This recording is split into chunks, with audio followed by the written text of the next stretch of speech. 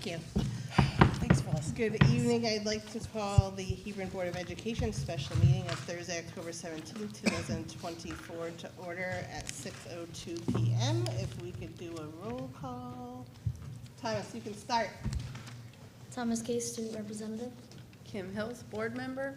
Alanita Schmegel, Board Member. Sarah Coppolino, Board Secretary. Joe Margaitis, Vice Chair. Heather Pettit, Chair. Don Barrett, Superintendent. Nicole Matthews, Board Member. Alicia LeMay, Board Member. Don Briere, Director of Educational Services. Then we have Mrs. Ariano and Mr. Larkin. Mr. McKinney behind the camera. Thank you. Can we do the Pledge of Allegiance, please? I pledge allegiance to the flag of the United States of America and to the republic for which it stands, one nation, under God, indivisible, with liberty and justice for all. Thank you.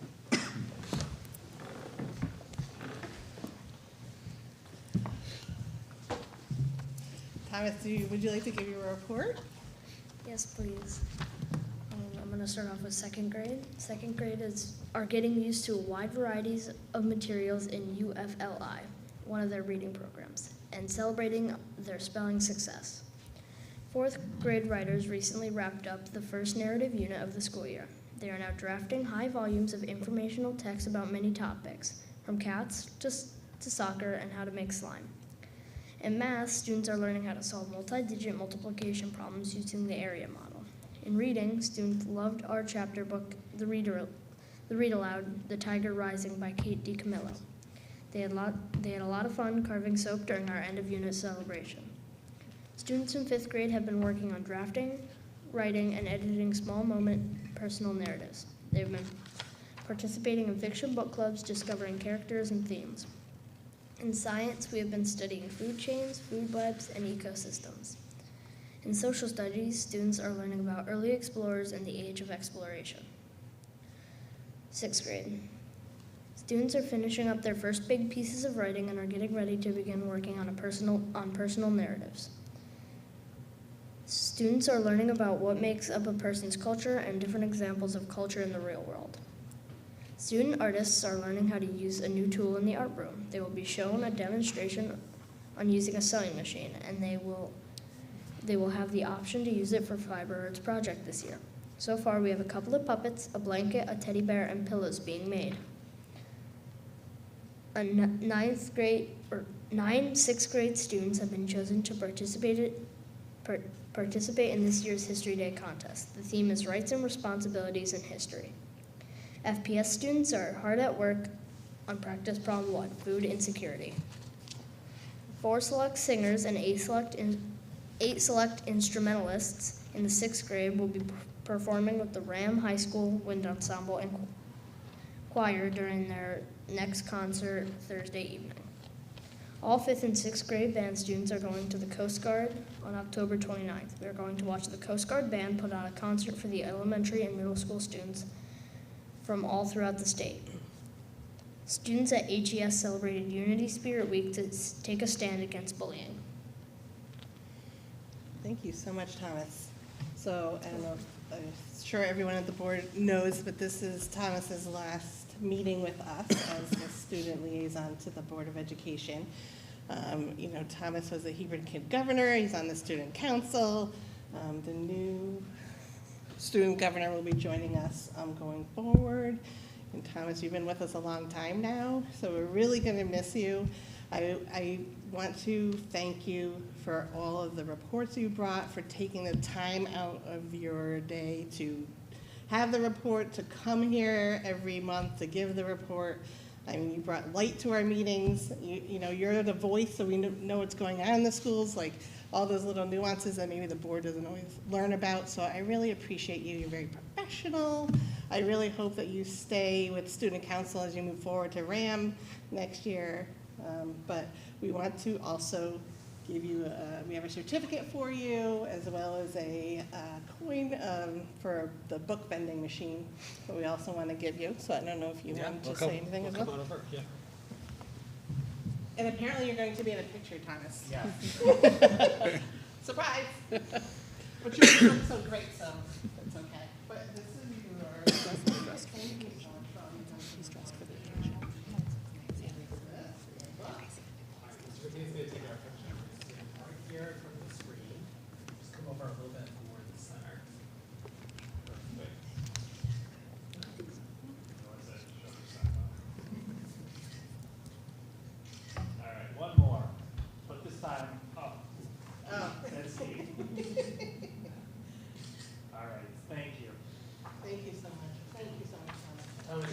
featured in our next newsletter coming out in a couple weeks. So. And maybe on social media. Probably just on guess. Your first, I don't know if it's your first, but I hope you had fun.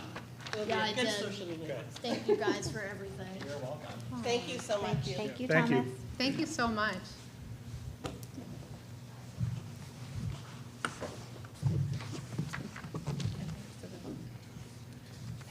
All right, Dr. Baird, District Advancement Plan update. I'm going to turn it over to the full admin team to give the presentation tonight. so. Wonderful.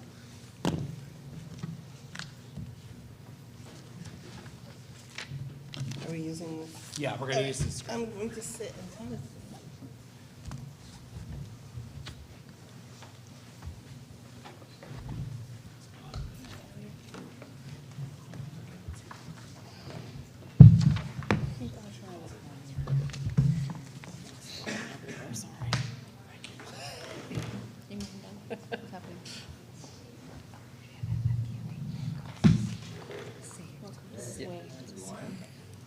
Everyone hear me okay? All right. So last month, we kicked off the series of achievement conversations with SEL and PE. So tonight is a continuation of the conversation. And tonight, we're going to look specifically at academic achievement, starting really broad with state assessment scores, then going more narrow at what we know at each building around our formative and summative assessments. Okay? So we'll start off with SBAC. We'll work our way through. At the end, we have some action steps and discussion points for the board, and any questions you have for us, we're certainly here to respond to. This first slide, if you've been on the board for a while, it'll be a refresher slide, but we figured we would include it for those, just as a reminder, what the SBAC is. So the Smarter Balanced Assessment is the annual state test that we are required to provide to all of our students in grades 3 through 6. It is a computer adaptive test, so that effectively means the test adjusts with the student's performance. So it's a real dynamic assessment procedure that we use each spring with our students. It's an online statewide mandated assessment. It's summative in nature, so when we think about assessments, we think about the different functions of assessment. And what summative means is it effectively allows us to look at a student's achievement and growth from one point in time to the next, to really reflect back as a whole school or a grade level and identify how are we doing with students' mastery of content level standards from one grade to the next. So it's one metric that we use, and we'll talk about other metrics across tonight's presentation, but effectively that's the function of the Smarter Balanced Assessment. Students are assessed in mathematics and ELA. In 5th grade only, science also surfaces. So we only test science at the state level for 5th graders in our district. As I mentioned before, as a reminder, these scores provide both achievement levels as well as growth levels for each individual student. So really great data that we didn't formally have before this assessment was rolled out a few years back. It allows us to really look in at, like I said, the student level, the grade level, and the school level. Across the state, the last 9 weeks of the school year, districts identify when they'll administer these assessments. So that's our testing window each and every year. So on to the outcomes. So we thought we'd start as broad as possible. So this is the 10,000-foot view. This is the statewide information.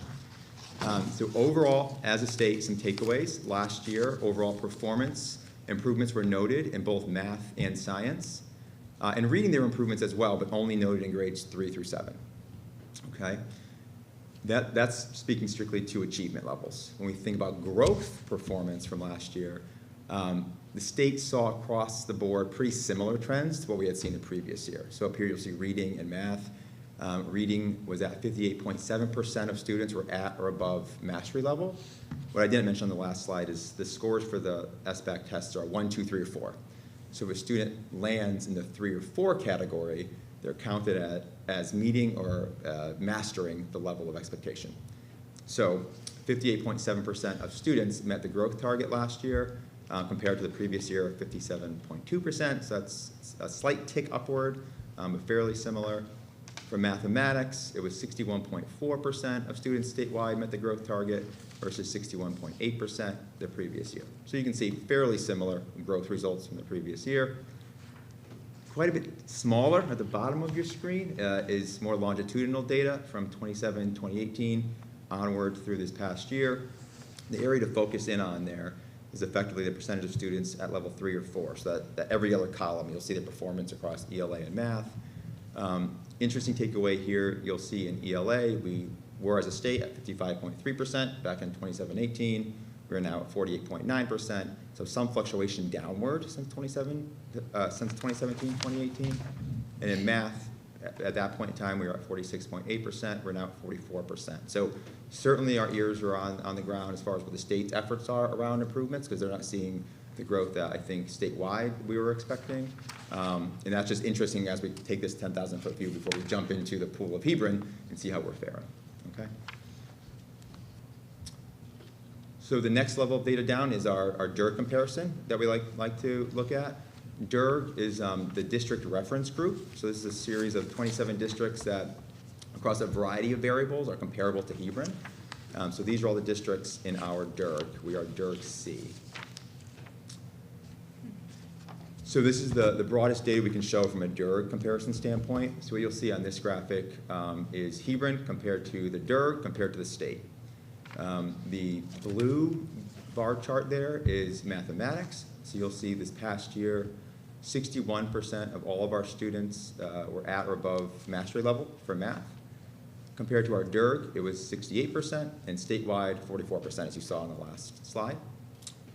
For Kind of unusual, too, in the DIRG, that your math performance is higher than your ELA. It So is. It's not something you really see kind of anywhere else in the statewide data or local data, which is interesting. It is, yeah. And then and then for ELA, the pink purplish bar there, 68% of Hebron students are at or above expectation. Compared to our DIRG, the mean is 64%, compared to the state at 49%.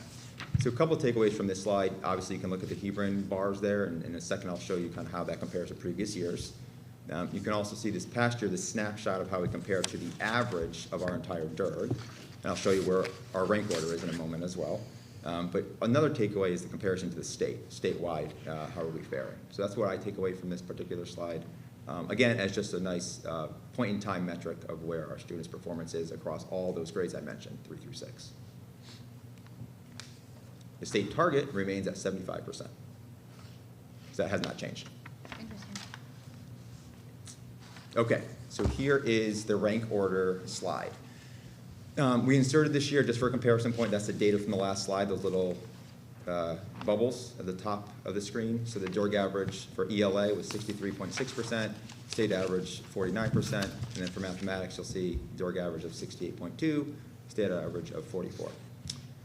So Hebron for ELA, 2024 ranking was 7th out of our DIRG. For comparison point, I just inserted the animations here so you can see previous years as well, if you're curious about that. For mathematics, we came in at 16th, and for previous years, you'll see where we had fallen. We're going to talk a lot more about the implications of this data and some of the work from last year and the work of the current year moving forward. Again, we find this, not any one data point is going to drive the whole conversation, but we certainly like to look at this and recognize some of the great efforts around ELA, and certainly it has implications for our conversations regarding mathematics instruction. But this is the DIRG ranking as it currently stands. There's a lot on this slide, so let's just unpack it a little bit. So this is our longitudinal multi-year data across ELA and math from 2015 moving forward. Why we like to look at this data as well, and we go much more nuanced as well before our presentation purposes tonight, is it allows us to begin to glance at grade level performance across ELA and math. It also allows us to look at cohort growth from one year to the next. So I did highlight where I'd like you to focus. So in 2024, that's the breakdown across each grade, the number of students at or above achievement level. Then you summarize all those into the statistic you just saw in the previous slide. So it allows us to begin to dig in more at the 100-foot view at this point on grade level achievement. We look across cohorts. I think I put a couple arrows in here. Yep. You effectively follow the pattern of color across one year to the next. Because we're so small, we have a very small sample, right? So you almost expect, as a limitation of the data, some variability, higher variability than if you had a 10,000 student district, right? So we also like to look at the performance across time following the same group of students. So that's what the green horizontal arrow there is showing you, is it's the same pocket of kiddos from one year to the next. Okay. This next slide is effectively the same information from the previous one, just more narrowed down. So from this past year across our 4 grade levels for ELA, the green and the blue is where we want to play. So that's your score of a 3 or a 4. Those are the students that are at or exceeding mastery across each of our grades. So certainly here we know in credit 4th grade and 6th grade had really good performance. And across ELA, as we mentioned on 2 slides ago, pretty productive performance in reading overall. The next slide is the same description, however, this is for mathematics. So again, this is where we begin the conversation, if we can identify need areas or strength areas. Here, certainly, we celebrate 4th grade's performance this past year for mathematics. This is a new slide this year that we're including that you have not seen before, but just so the board's aware of some of the ways we're picking apart some of the data. You'll recall we've spent a lot of time, the last couple years in particular, but really goes back over a decade, looking at performance of all students as compares to other subgroups of students. In this particular graphic, what we're looking at is data from 2017, 2018 onward. The blue line on the line graph here is looking at all students' performance. The red line is students with disabilities. So even before my time in Hebron, so I've been here 8 years, so that's going back at least a decade, because I know it was in existence prior to my time here. The gap in performance between those 2 groups has been something of note that we've been looking into. We mentioned to the board last year during the same point in time that Hebron Elementary School, there's going to be a deep dive around literacy instruction, specialized support, wraparound supports, collaborations, communications between special education teachers, interventionists, classroom teachers. Mr. Larkin has taken the lead on some of the action planning at a very nuanced and intense level with our teams. So with all the work and effort from that in the past year, really for the first time predating the 2017-2018 year, we see a reduced and closed gap for performance. The graph on the left is growth rate. The graph on the right is achievement. So remember, one of the first slides I mentioned, we can look at this data in 2 different ways. The first threshold is just general achievement. The other threshold is the growth at the individual student level. So did each individual student meet or exceed their growth target from the previous year? So both data sets demonstrate the same type of celebration, that gap has closed, which is, I think, a testament to some of the work going on at Hebron Elementary School around reading.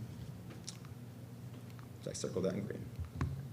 The bottom graph is something we're looking at as well. So whereas last year we saw that gap closing, not yet closed, this year, which shouldn't be a surprise at this point after seeing the last slide or 2, extended. So we're going to talk more about this at the end of the presentation, but we are certainly having quite a few conversations about actionable steps that we took last year with reading that can be replicated from a mathematical lens this year.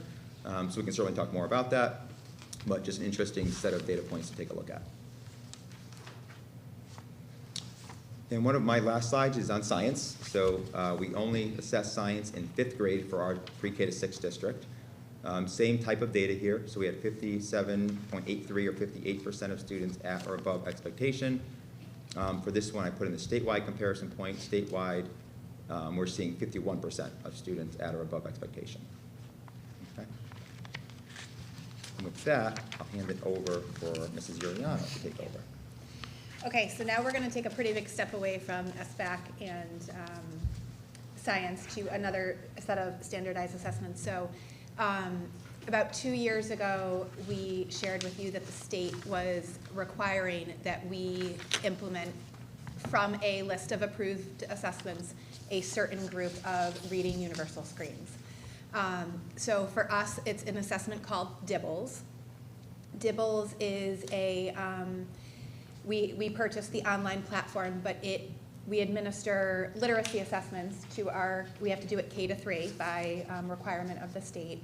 And there are a series of different discrete skills that are assessed through this assessment. And it depends on the grade, but it's things like letter naming fluency, nonsense word decoding, fluency, comprehension, vocabulary. And then all of those assessments are put together into a composite score, and the platform nicely does it for us. And we administer these assessments at the beginning of the year, the middle of the year, and the end of the year.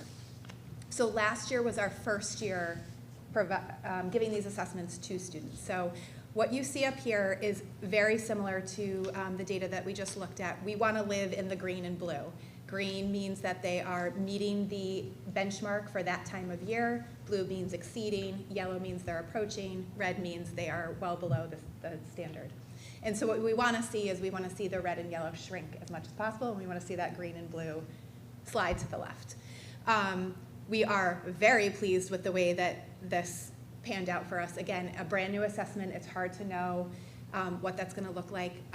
Also, last year, we were in the midst of a transition in our literacy programming. So we had started piloting some of our new materials. One of the things that we were fully implementing last year was the Heggerty Phonemic Awareness program. And so we weren't really sure how it was going to translate. But I will say we were very pleased, especially with the way our kindergartners responded. Again, a lot of these kiddos are coming, even when they take the first assessment, they're not even sure, what the letter names are.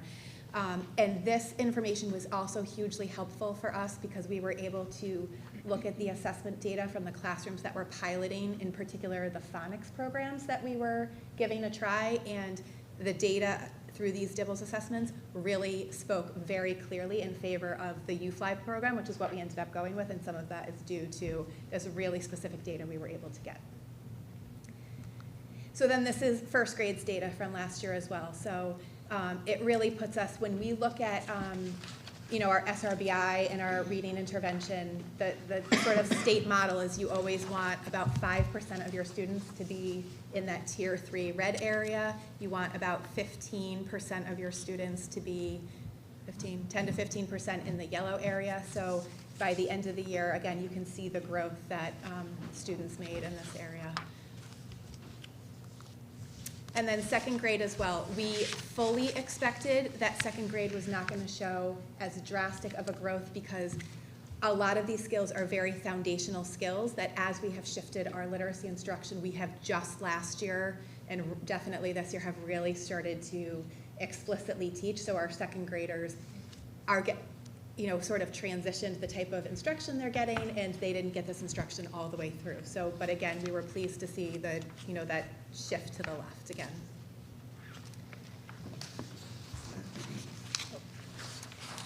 So here is our math data.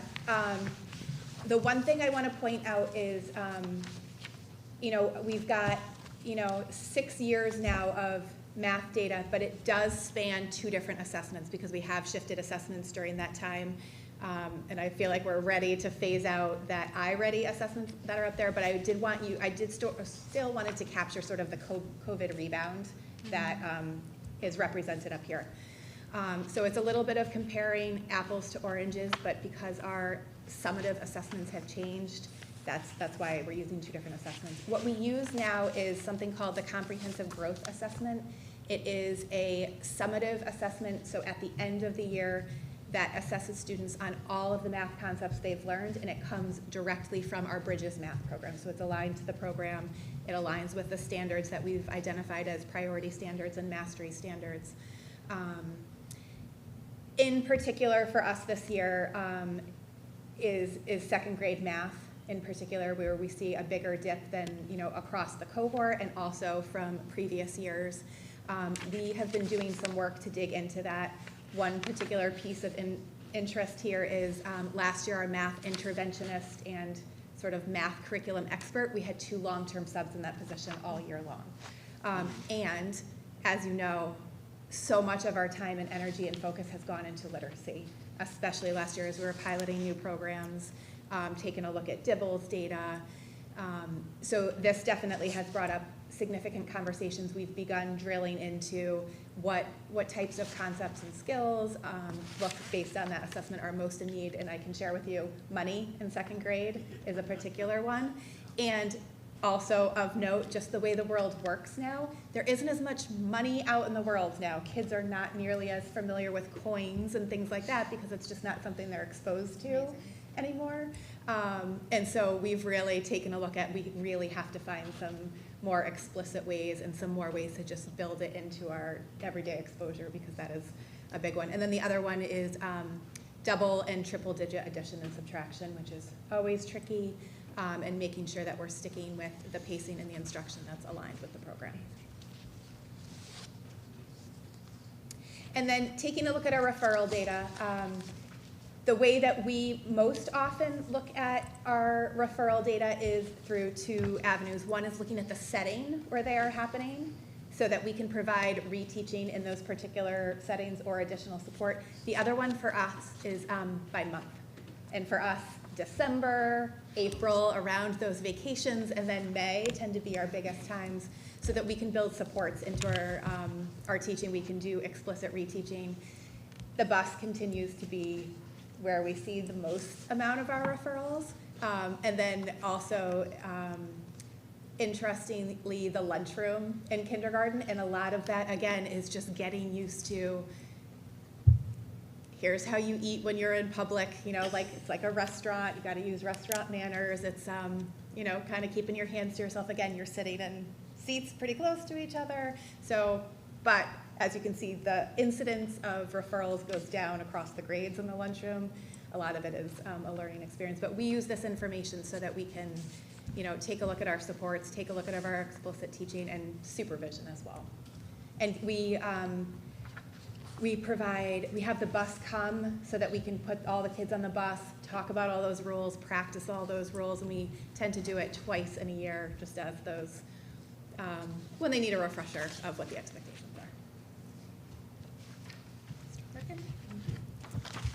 So our first graph for the elementary school is our third grade Dibbles data. This is the same assessment that Mrs. Giuliano just described on the reading assessment in grades K through 3. And again, we want to see the most dominant colors we want to see up there are green and blue. It's given 3 times a year, beginning, middle, and end of the year. And as we tracked our third graders across last year, we started with 55% of them in the green and blue and ended the year with 61% of them in the green and the blue. This is data for grades 4, 5, and 6, and this is a different measurement tool. This is running record data. The running record was used in grades 4, 5, and 6, but actually we're phasing this assessment out. And next year when you see this presentation, you're going to see graphs that look like the Dibbles graph for grades 4, 5, and 6. The reason we're phasing this assessment out is because it is extremely time-consuming for teachers to administer. It's a one-on-one assessment. It takes about 20 minutes per student to administer. So in a class of 20 students, 400 instructional minutes is being used on assessing. So we're always trying to balance the amount of time the teachers have to teach with the amount of time that they're assessing.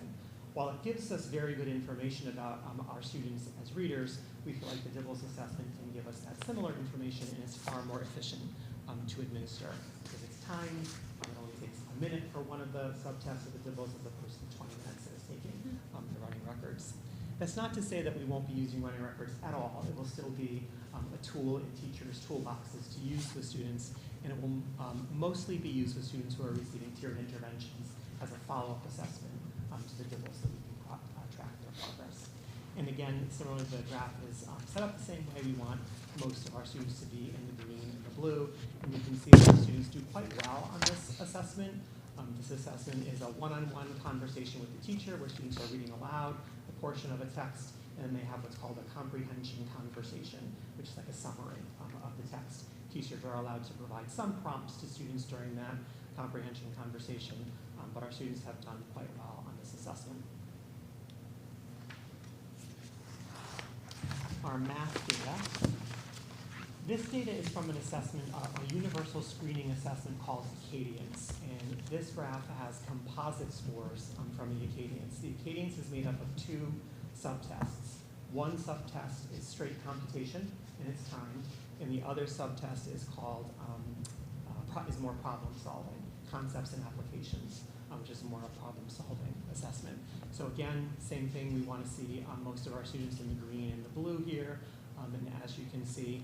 Interestingly, one of the things that we've noted is that this is aligning more closely to our SBAC results than some of our other unit assessments have in mathematics. That's partly because of the way that they're administered. This more closely resembles the way that the SBAC is administered.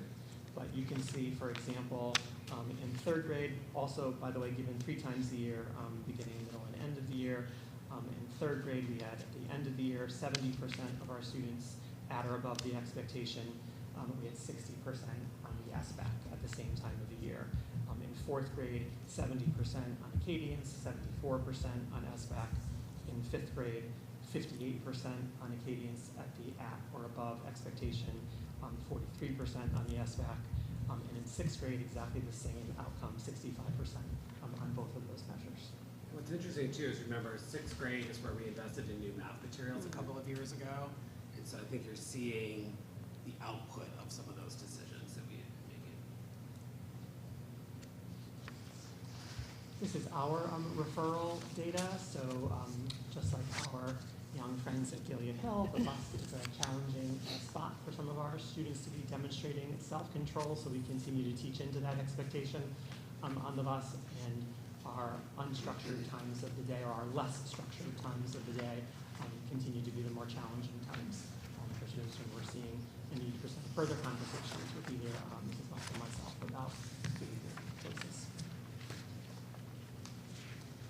So on this slide, we have two slides now that are sort of the so what slides of all of this data. So this slide speaks directly to the SBAC outcomes, and the next slide speaks more generally about our local assessments. I could talk briefly about, SBAC takeaways for us, going back to those initial slides that we spoke about. So some big takeaways for us. Reading achievement and growth for students with disabilities has improved. We definitely want to celebrate that, but also to celebrate a lot of the literacy-specific work we did over the last year or so, because we really value the gains in that. We don't want to let up on the gas regarding our literacy efforts. We noted that as a substantial achievement, provided our focus area and focus efforts in this area. The sub-bullets there to speak to some of the nuanced efforts going on that we believe drove that data. So we'll continue to use the State Department provided short interim block assessments to help drive our instruction. Strategic deployment of reading and math interventionists across buildings to support student achievement has certainly been beneficial, as well as focused literacy achievement action steps implemented across the special education team and interventionists. That's a bit to what I was alluding to before. So periodically across the year, the pattern now is that individualized meetings or small group meetings with case managers, interventionists, and administration are occurring, where each students are discussed, their grows, their glows, specialized instruction that's going to be most catered to that individual learner's growth target. That's the work happening at the building level around individual growth targets for not just students with disabilities, but perhaps students in Tier 2 or Tier 3 as well. It's a very catered and structured conversation that we feel has led to some really great strides and some really great celebrations. Part and parcel to that, some of the strategies that we've employed from a literacy lens also will dovetail nicely into the mathematical conversation we'll have this year. So looping students with the same case manager is one nice example. Relationships are built, there's a great understanding of learner needs. That student will probably value more by having the same case manager a couple of years in a row. So those types of strategies are afoot for reading and certainly for math. So that first bullet is really about the reading celebrations, but just recognize there's also a parallel conversation being had around math. The math achievement gap will be a focus in the coming year. Mr. Larkin and Ms. Uriano will speak more about some of those action steps in a moment, looking to demonstrate similar gap reductions as we saw in reading. And the final takeaway from the state level data is Hebron performance across reading, math, and science still remain well above state averages and at a healthy level in a direct comparison perspective. And I'll just add here to that last bullet. So one of the things that I did is I looked at how do we compare across the whole state. So we look at our DIRG specifically. I know one of our celebrations last year was just like how were we performing across the whole state. So there's 169 school districts, you throw in charters, there's probably about 180 or so entities we could compare ourselves with across the state. Within literacy, in 3 out of the 4 grade levels, we were in the top 40. And in some cases, like well into the 20s. In mathematics, even though we have areas where we need to really focus and grow, 2 out of the 4 grade levels, we were also in the top 40 in the state. So there are still, even with math, where we have some challenges, there's some real celebrations within that data as well.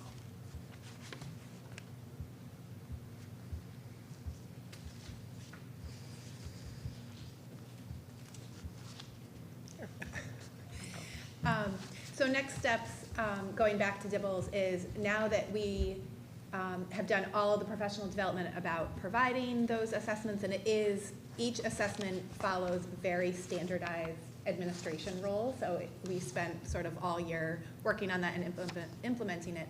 Now we're really at the place where we're analyzing each of those skill levels and then using that information to inform our instruction, to use it for differentiation, for the instruction we're providing to individual students and groups of students. We continue, we've been talking to you, I feel like, for years now about the science of reading, but it is such a heavy lift that work continues. In order for us to do it right, we need to continue the professional development, instituting, walkthroughs and visiting each other's classrooms and taking a look at how each of those programs, now that we have them and have them in place, how those are being delivered, and supporting teachers with that. Sure. So as you heard Dr. Briere talk about math and replicating some of the structures we put in place for literacy, in math, one of those structures is progress monitoring conferences. So progress monitoring conferences are student-by-student conferences that Dr. Briere and I have with case managers, and we talk student by student about what is actually happening instructionally for students, whether they have IEPs or are receiving tiered intervention. So we talk about all those students to make sure that we are providing as much instruction to those students, given the constraints that we have in the schedule, that we possibly can. For example, making sure that all students, regardless of whether or not they have an IEP or not, are present in their classroom for Tier 1 instruction with their teacher, and then any instruction that they're getting from an interventionist or a special education teacher is supplemental to that instruction, so double dipping, if you were. The other, as we've noted, there are some areas of concern in our math outcomes, and so we're addressing that really in 3 ways. We're addressing that through curriculum, through instruction, and through assessment. The way we're addressing that through curriculum is by fully implementing a new program in grade 5. It's the same program that we implemented in grade 6 called illustrative math. So last year we implemented a couple of units of illustrative math in grade 5. This year we're implementing the entire program in grade 5. That is coming with some significant professional development for grade 5 teachers, including some release time where they are planning with the math specialist, looking at the units, identifying priority standards in the units, and then talking about how they're going to instruct in those priority standards, and looking closely at the tasks that we're giving students to do. Through instruction, we're addressing that through a co-teaching model in grade 5.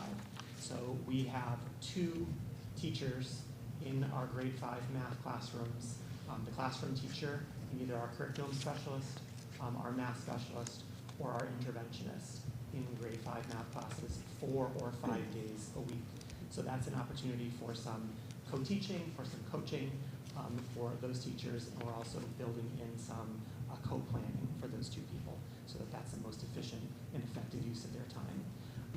Asterisk, you're going to see in your upcoming budget deliberations a request that we make our interventionist, who's currently a .8 interventionist, a full-time interventionist. And that would enable, if we continue with this model and see positive results with it, which we certainly anticipate that we will, that would ensure that we could have 2 people in every math class every day, whereas this year we have that 4 days a week in one place.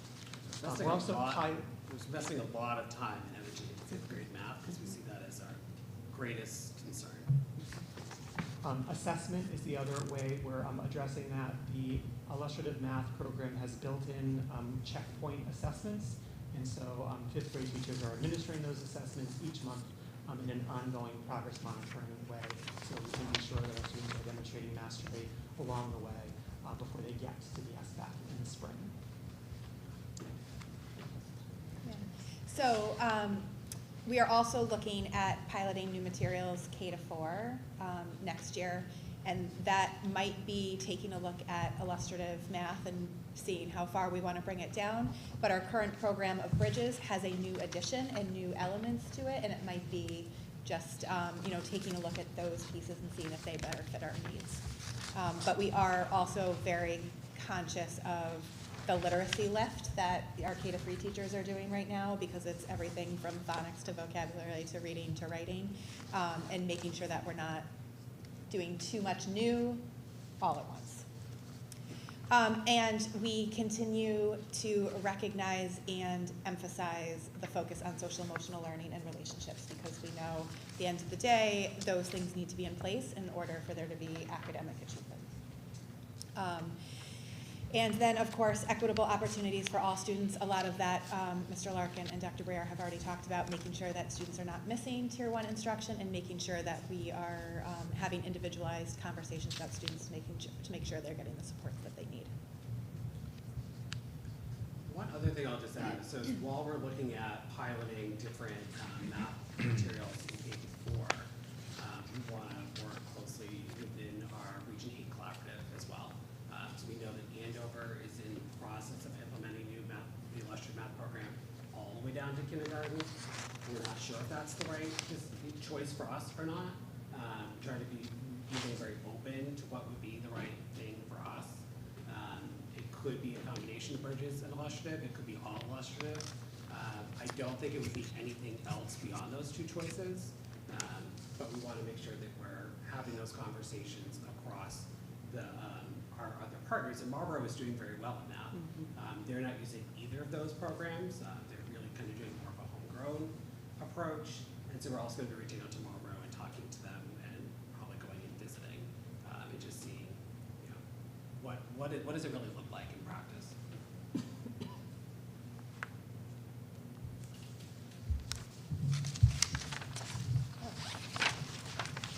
Thank you very much. And thank you for all of your good work, all the teachers' good work, and our staff. Does anyone have any questions? I have a question. So first of all, there's so much to celebrate, and I'm really, especially that narrowing of that gap in ELA, that's just huge. My question really is around, I love all of the supports that you're putting in to assist in 5th grade math. And I guess my question is about, if you look at that cohort of students who are now in 6th grade, who were their performance was the weakest last year, what are the additional supports that they're receiving in the 6th grade classroom to sort of account for the fact that they were starting at a weaker point, I guess? Knowing that the 4th grade cohort coming into 5th grade was a pretty strong cohort. So knowing that you've got a lot of resources in there, potentially the people who need those resources more might be the kids in those 6th grade classrooms. So how are you supporting those kids? So that's a good point. One of the things that our departmentalization in 6th grade has helped us with is content experts. So we have 2 teachers who are teaching math in grade 6, and they have a weekly collaboration time with our math specialist. Every Friday morning they have we call them student achievement meetings. So at the student achievement meeting every Friday morning, they have an opportunity to meet with the math specialist to have those same kinds of conversations about 6th grade students that we're having in 5th grade. She's also pushing into those classrooms periodically throughout the week, not as regularly as in 5th grade, but is also pushing into 6th grade classrooms and co-teaching. Has been a support to them as they've implemented illustrative math now for 2 years. Thank you.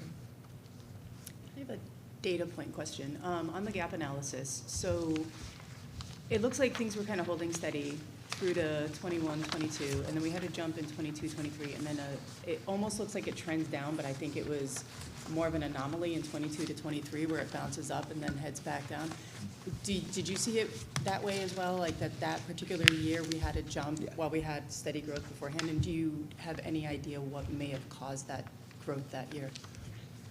I might defer in a second, but I'll give you my first thoughts on that. It did seem, not even an anomaly, just a slight dip It's not, yeah, it's not upward, huge. But It's this, just, going back even further, like 7, 8, 9, 10 years, that blue line looks fairly similar. yeah. So that 1 year, I don't have an idea as far as why it dipped up a little bit. Last year, we certainly celebrated that as a standalone data point. And there was certainly work out of the pandemic that allowed for that. A lot of the additional resources that were afforded through our budget process and the board support allowed for that. That might have been part of it. Students were getting back into the routine. We didn't really see a dip the prior year. If there was a dip the prior year, that would also be my response, is why we saw an increase. But apart from that 1 year on that blue line, going back a number of years prior to what this graph demonstrates, it all is pretty constant. Yeah. Yeah. And within sort of curriculum trends over time, anything you look at, when you have, so last year we had a very high growth, right? And so to expect to be able to maintain that and build off of that the next year is kind of impossible. Like you then have some regression, and you want to look at over time, how's that trend, how is it trending? Right. So it wasn't necessarily surprising to me when we got the initial SBAC results. And I think when I shared it with the board at that time, I said, kind of holding steady was sort of my overall feedback. We see some ups, we see some downs, but we're sort of continuing along that trend.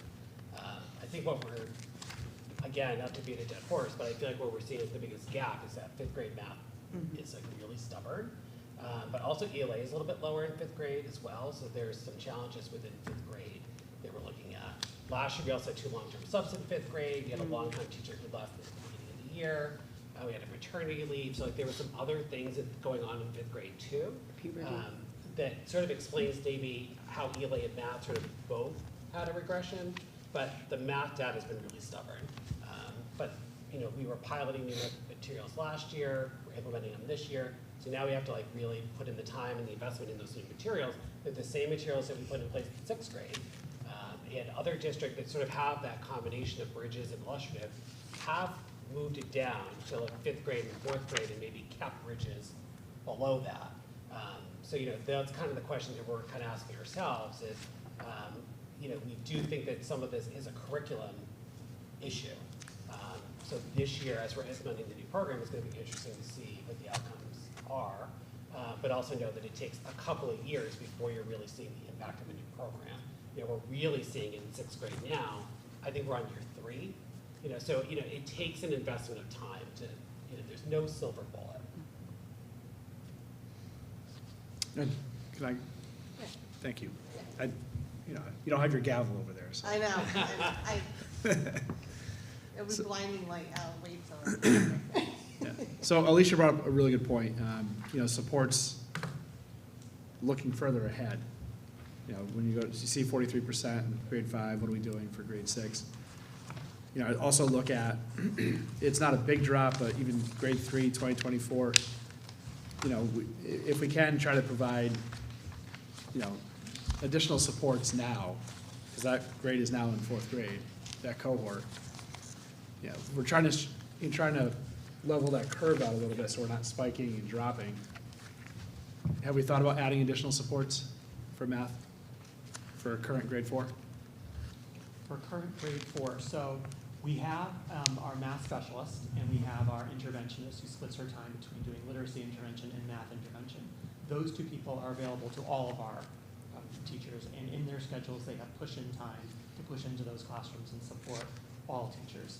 It's just a little bit more concentrated in grade 5 because of our outcomes in grade 5. Okay.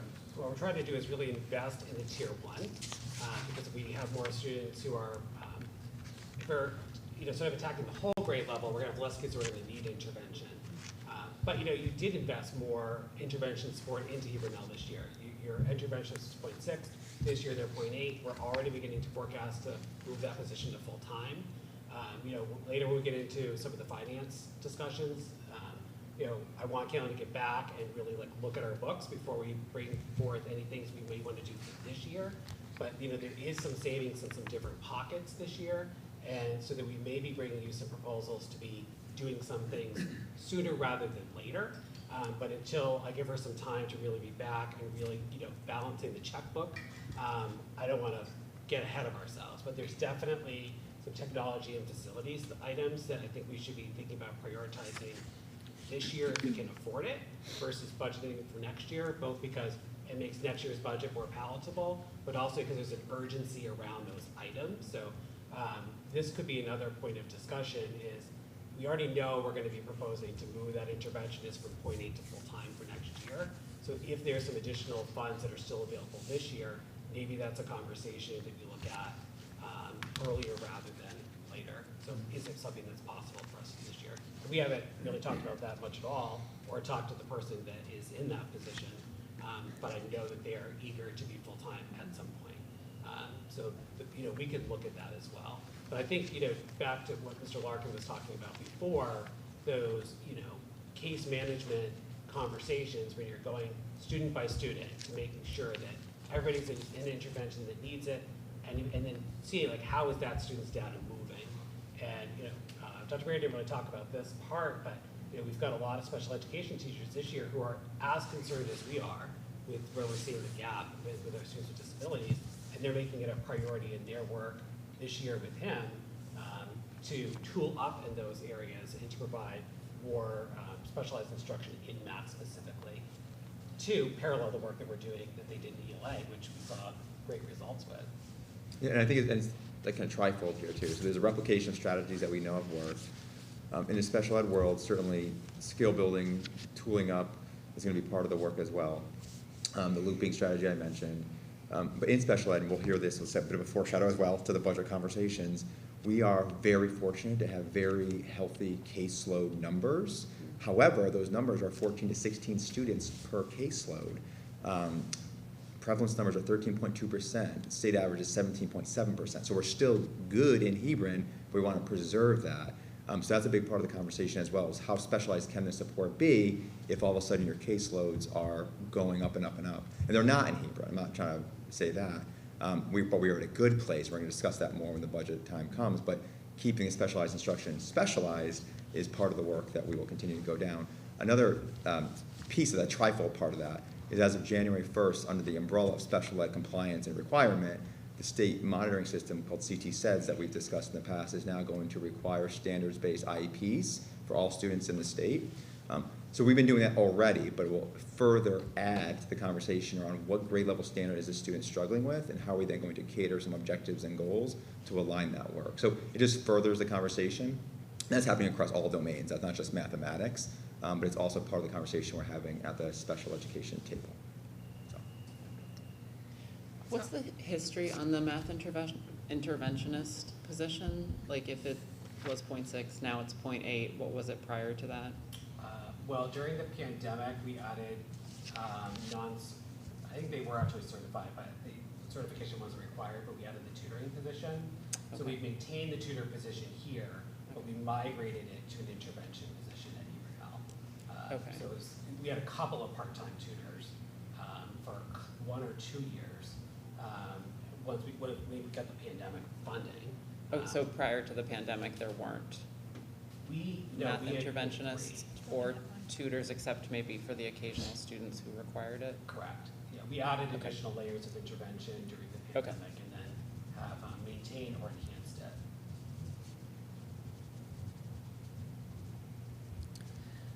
I have a quick question. So on page 7, the SBAC target, what determines the state target, the 75? Where does that come from? And does it ever, or can it ever change? Pick a number, any number. That is a wonderful question. That's why we're kind of giggling at this. It's been that way since the ESSA was authorized about 7 or 8 years ago. Okay. It was a state target that's approved by the federal government as part of our state improvement plan, and they needed a rigorous enough standard for us to live up to, and there hasn't been a ESSA reauthorization since, Okay. so it's remained stagnant. Okay. That's the best I can say to Okay. why it is Well, it's 75. interesting, Yeah. right? I mean, It's very There's not necessarily educational research that supports the growth formulas and growth targets. It's an actuarial formula. excellent. Okay. Can I ask a question about page 5, which had I just wasn't sure what when it says the reading was 58.7% of students met the growth target versus 57.2, is that the Hebron data? Or, No, that's statewide. 58.7 statewide students have met the growth target. That's the growth target. oh, the growth, Mhm. oh, okay. Yep. Okay, and then this is, The first couple bullet points are about the okay, so achievement that's level. why it's not consistent with this data You down got here, it. because this is achievement data down Yep. here? Mhm. Okay, okay, thank you. And honestly, if you're achieving high growth targets, it's very difficult to maintain that. Right. Because you keep on setting the bar Okay. higher and higher and higher for yourself. So it's not so you might remember when we were first identified as a focus school, it was coming off of the year, like we had shown growth of the pandemic in ELA. 41 districts showed growth in ELA during the pandemic. And we had a very high growth score that particular year. It was the year that didn't count. It was just like, we did it, but they didn't count it towards the accountability index. If they did, we wouldn't have been identified as a focus school. And because we made so much growth, it was basically impossible to replicate that the next year.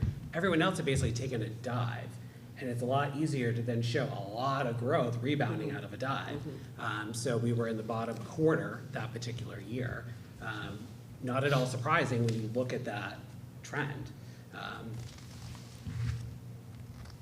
So there's a lot of challenges with the growth pieces of the Smarter Balance assessment for sure.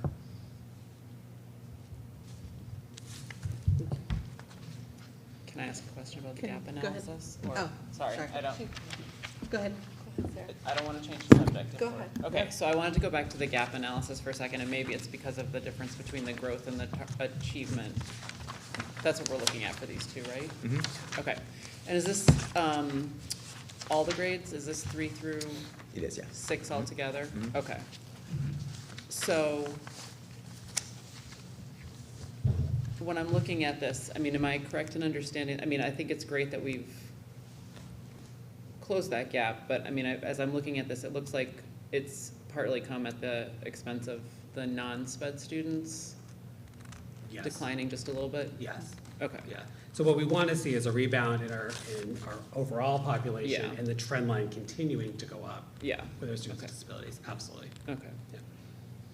And, sorry, Nope, you go made me ahead. think, is it okay? Yeah, go So, ahead. because it's 3 through 6? Yeah. Okay, so can you see this behind the scenes to see if there's a certain grade driving the average? Or Yeah. driving, you can Good. see that? No, I don't know. I'm just saying I like that question. Oh. Driving the Question. average of So what meaning, performance? can you disaggregate it by grade level so you can see how that gap analysis breaks down? We Like, can, is this yeah. the incoming third grade Right, I see what you're class? Right. Or So- that, you Right, know, right. that's Because it's growth, changing the it's really data. just 4th through 6th grade, because third grade is your Baseline. baseline. Yeah. Okay. So 4 through 6. This data represents half of the kids still in the building, because 6th graders have moved on, 3rd graders weren't in it. Okay. But really, that's the question. So you can see that by grade, so you can see if a certain Yeah, grade is kind so of you driving can the dig average. dig in either. and slice it at the individual student level, the grade level, by what the state calls the super group, which is ELL, free reduced, and student with disabilities, or just Yep, one of yep. those subgroups, so you can slice it a lot of different ways. Grade level, teacher, Yep, any way we want. excellent. Do you see a certain grade level that is, especially with that, the big gap for math? Do you, and you might not know that off the top of your head, but do you have any sense of if? It's a similar trend to what we've talked about as far Okay, as grade with level. the, okay. Mhm. So can I, since we're on this page, I'm gonna ask a question. It's page 12, right? Oh, Yeah. I can move. Is there, so I know you spoke to Dr. Baird and Dr. Breer, the special ed piece, and I just had a question because it would, so you look at ELA, they're closer together, obviously. Special ed more spread apart, and math, is there a reason, like, I know we have interventionists in both areas, so is there a reason that math struggles so much comparatively to ELA for special ed students? I think these are just hypothesis statements I'm throwing at you at this point, right? So it's part of the conversation we're having in real time.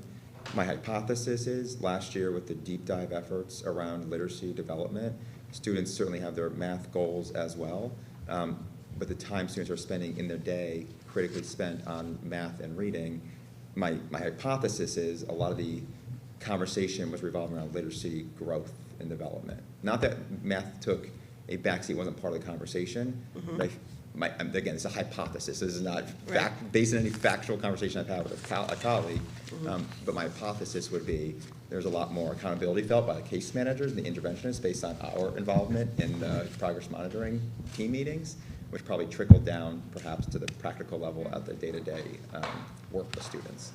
Would be my theory, which is why we're saying this year we'll continue that conversation with math while balancing the tide with reading. Right. Yeah. And what we have to be careful about is, this is what, it went down in 1 year. Right. And so we have to look at it as like, well, does it rebound right back up to where it was next year? Or is this a continued trend that we see? Right. So, because before that, you were seeing a nice trend line up.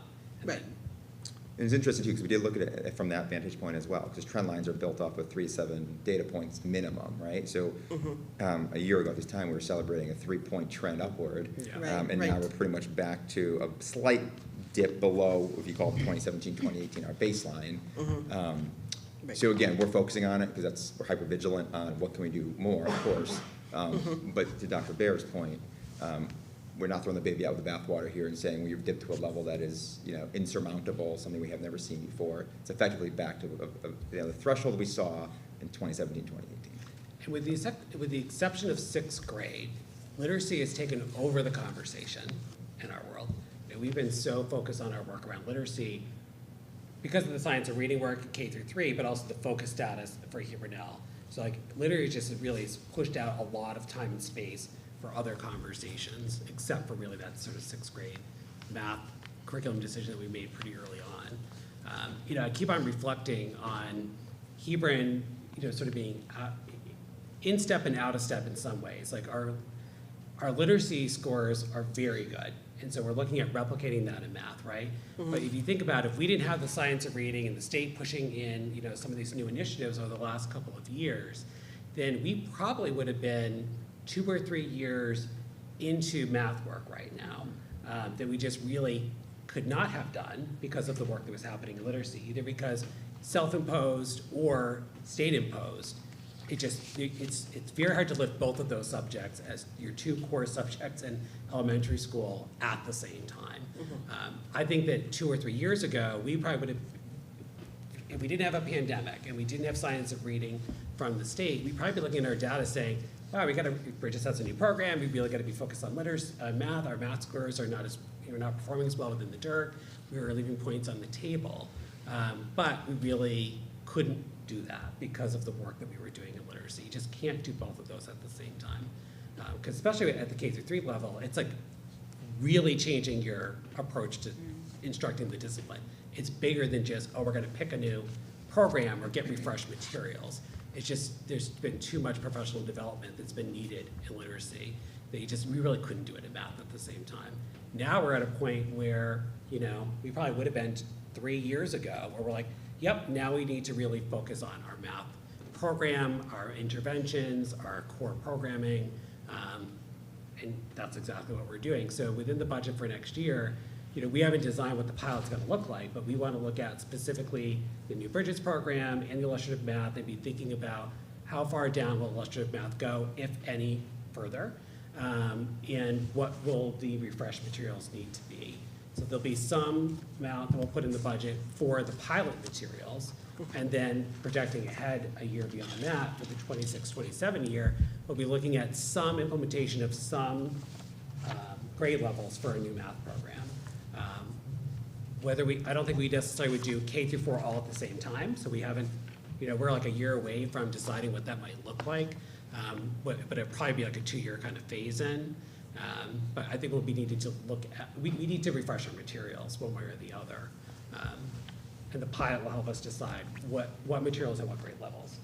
So really looking at, talking about math here, budget within this data over like at least the next 2 or 3 years. Okay, thank you. Kim, you wanna? Yep, well, this is the first time I'm hearing of a presentation like this, so it's helpful for me to hear the assessments that we're using, how they're administered, their time frame that they take, and then how that's used to modify instruction or new materials. So thank you, and for analyzing this colossal amount of data for us to also look at. That's helpful for me to see. A lot of the questions that were already asked, I feel like covered the academic pieces. I'm curious in the referrals and the behavior challenges that we see, and my high school definition of referral might be different than, right? So it's really just you're hearing about a behavior, and that information is passed on to you to then move forward with restorative practice or reteaching what should be. Okay. And then is there any correlation between the referral piece and the academic performance piece, or can we see that, or would it be impactful information to have? We definitely have taken a look, especially at our classroom referrals, because sometimes when a subject feels really hard for a kiddo, you see an increase in behaviors. And so we do also have individualized meetings about students to talk about that piece too. So that is definitely, like, when we're looking at a student's profile or data that we have on a student, the SEL and the behavioral data comes into that, because it's all one piece. And so often that's what we're looking at, or sometimes we're looking at what time of day is it, you know, so like, is it always happening in math? Is it happening before lunch and maybe, or they're hungry, you know, so we're really looking at that. And because truthfully our referral data is not through the roof, right? It's manageable, so we are able to look at these things and really make, really sort of take a look at individual students and look at each of these things thoughtfully so that then we can support the kids. Also, just in regards to so much happening on the buses, and that's such a challenging situation. I don't know if there's anything we can do to support the drivers in that. And I know it could come down to finances too, and they're trying to drive, just get our children to go safely, and now they're also managing. So it's food for thought on that piece. I know in the past, we did try to have bus monitors, but it didn't really pan out. There's not a lot of people wanting to do that piece. So strange. But I remember in years past, we even asked some staff if they wanted to come in early. And our posting is always up, and we have one staff member who's consistently been a bus monitor, and we have a new hire that is going to start being a bus monitor. And I know that you prioritize which buses they ride on depending on the trends that you are seeing. I basically say all the time, I'll hire as many as you can find, because it would be helpful and it helps the culture and climate significantly. Yeah. Our buses are also extremely full, and we have long bus rides. Yeah. Yep. Yes, that's difficult. The last is a kind of a separate bus question. Sure. But are we still doing evacuation drills off buses? Does that it used to happen? It used to. It I don't used think to. we've done it since COVID. And they're different buses now. What's that? They're different buses now, right? The actual design of physical them is bus? different. It's important though. I remember doing it as a kid. Me too. Right. We can follow up on that. Okay, Yeah. sounds good. Surprise question. I have one more question about science. I know it's 5th grade, and so I didn't know if there was challenges that we weren't aware of. So I'm looking at 2022 comparatively to 2024, so there's quite a difference. I just didn't know if there's a page, I don't know, 13, I think. If there is just any challenges that we're seeing in science. Oh, go ahead. Again, a hypothesis, but one of the things that is different between those years is that we did lose our STEAM teacher. Right, that's what I'm wondering, yeah, a little bit. And so the responsibility of teaching science became the classroom teacher's responsibility, not the STEAM teachers. And again, a hypothesis, but in a very packed day, it might be science that is given less time and attention than reading, writing, and math. The other thing that I would add to that is it's our first year of moving science back, so it's going to be interesting to see the trend over time. It's only administered in 5th grade, so that's one pocket of kids, and this is a grade that, if you look historically over the years, has been a cohort that has not been as strong. So it's going to be interesting to see what happens next year, because actually the 4th grade cohort that's now 5th graders is a stronger cohort. So it'll be interesting to see how the science data changes. It's tricky when it's just one grade level. Do we have a DIRT comparison for that? Because I just see Hebron and statewide. It's on the For next page. science? For science. It's on Oh, the- was it? Oh, Yeah, it okay, wasn't my on the bad. screen, but it is in your packet. Gotcha, okay, thank you. Yeah. I guess I'm sort of just wondering about the impact of the loss of the STEAM teacher on those math scores as well. I guess I don't have a great sense of how much math instruction was occurring in the STEAM classroom, but I imagine that science and math are closely tied, and depending on the topics that they're studying, likely there's a lot of support for math that was occurring in that classroom. So I guess it makes me kind of wonder if that's a piece to the puzzle too.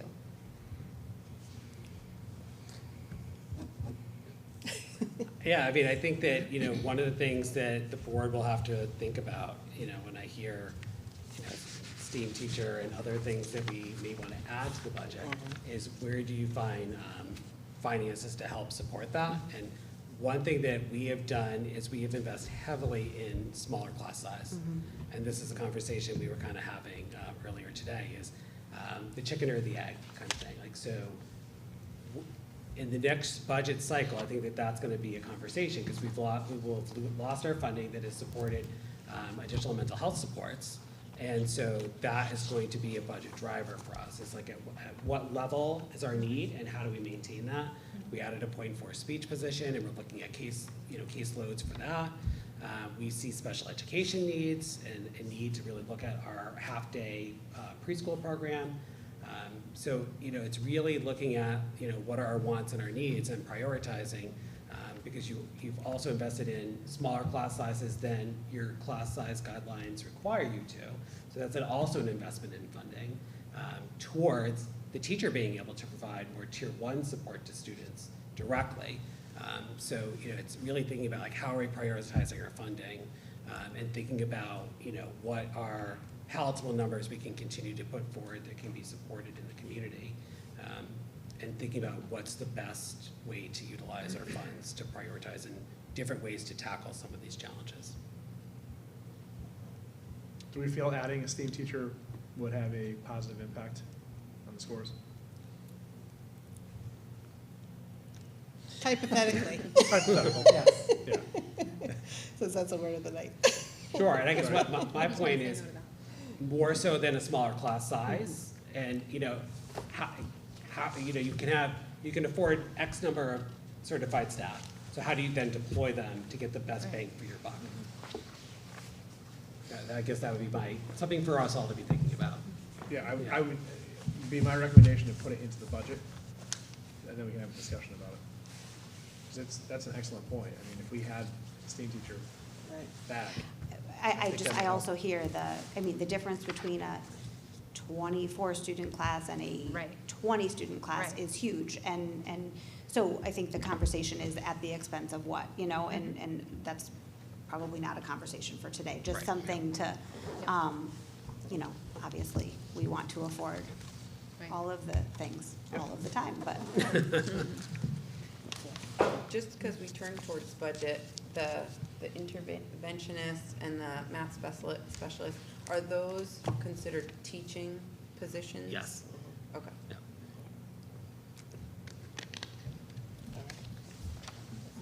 Thank you Thanks, everybody. very much. We really appreciate it.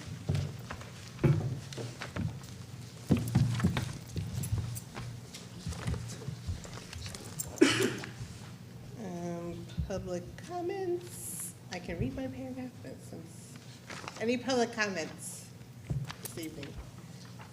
No. All right, seeing none. Approval of minutes. So I'd ask for a motion to approve the regular meeting minutes of September 12th, 2024 as presented. I make a motion to approve the minutes. Thank you. Kim, is there a second? Second. Tied. Alicia, who wants Sorry. it? All right, Alicia, second. Any discussion? All right, all in favor? Aye. Opposed? Abstentions? Okay. Abstain. Oh, Joe's going to abstain, so for your notes. All right, motion passes. Thank you. Dr. Baird, discussion and possible action regarding the playground repairs at Hebron Elementary School. Yes, thank you. So I originally was going to talk about this in my report, just to update you, and I know I sent you an email about this too. But then, because it's a special meeting and we can't add anything to the agenda at a special meeting, and it's a special meeting because it just be rescheduled the regular meeting, I said to Heather sort of at the last minute, let's just put it on here in case there's something we want to vote on, because we can't add anything to the agenda. But, let me just first sort of talk about like, how did we get here where, we, you know, there's these repair needs, because they really snuck up on us. And, you know, our custodial team does a really good job of making things work and continue to keep things moving along. And so I think that that is part of this, is that they've just done their own repairs over the years. And we were in transition with our facilities director, and there was just like a lot of flux in staff over the last several months. But we then started getting reports of some students getting hurt on the playscape, and you know, I had been walking by a swing set that had been roped off for quite a while, and so we started to really talk about it more. And we then we're trying to work with Parks and Rec to get some quotes and to look at this. And so it sort of escalated quickly over the last couple of months as a bigger concern. One of the things that we want to do is to not find ourselves in this kind of spot again, where things are sneaking up on us like this. Some of that is just going to happen in older buildings, where things just, they just become a need in a more urgent way. But maybe this could have been seen earlier. So one of the things that Mr. McKinney and Gina, our facility supervisor, have started doing is more regular monthly walk around the buildings with the principal and the head custodian, just taking everything in and just really trying to find some of these kinds of things before they become a more urgent matter. So, you know, as I shared in my email communication, we've roped off the areas that are of biggest concern. I went and looked at it again today. It's not a lot of parts of the playscape that we're concerned about in this moment, but we'd like to get them repaired, obviously, as soon as we possibly can. One of the challenges is the playscape is old. It's well more than 20 years old.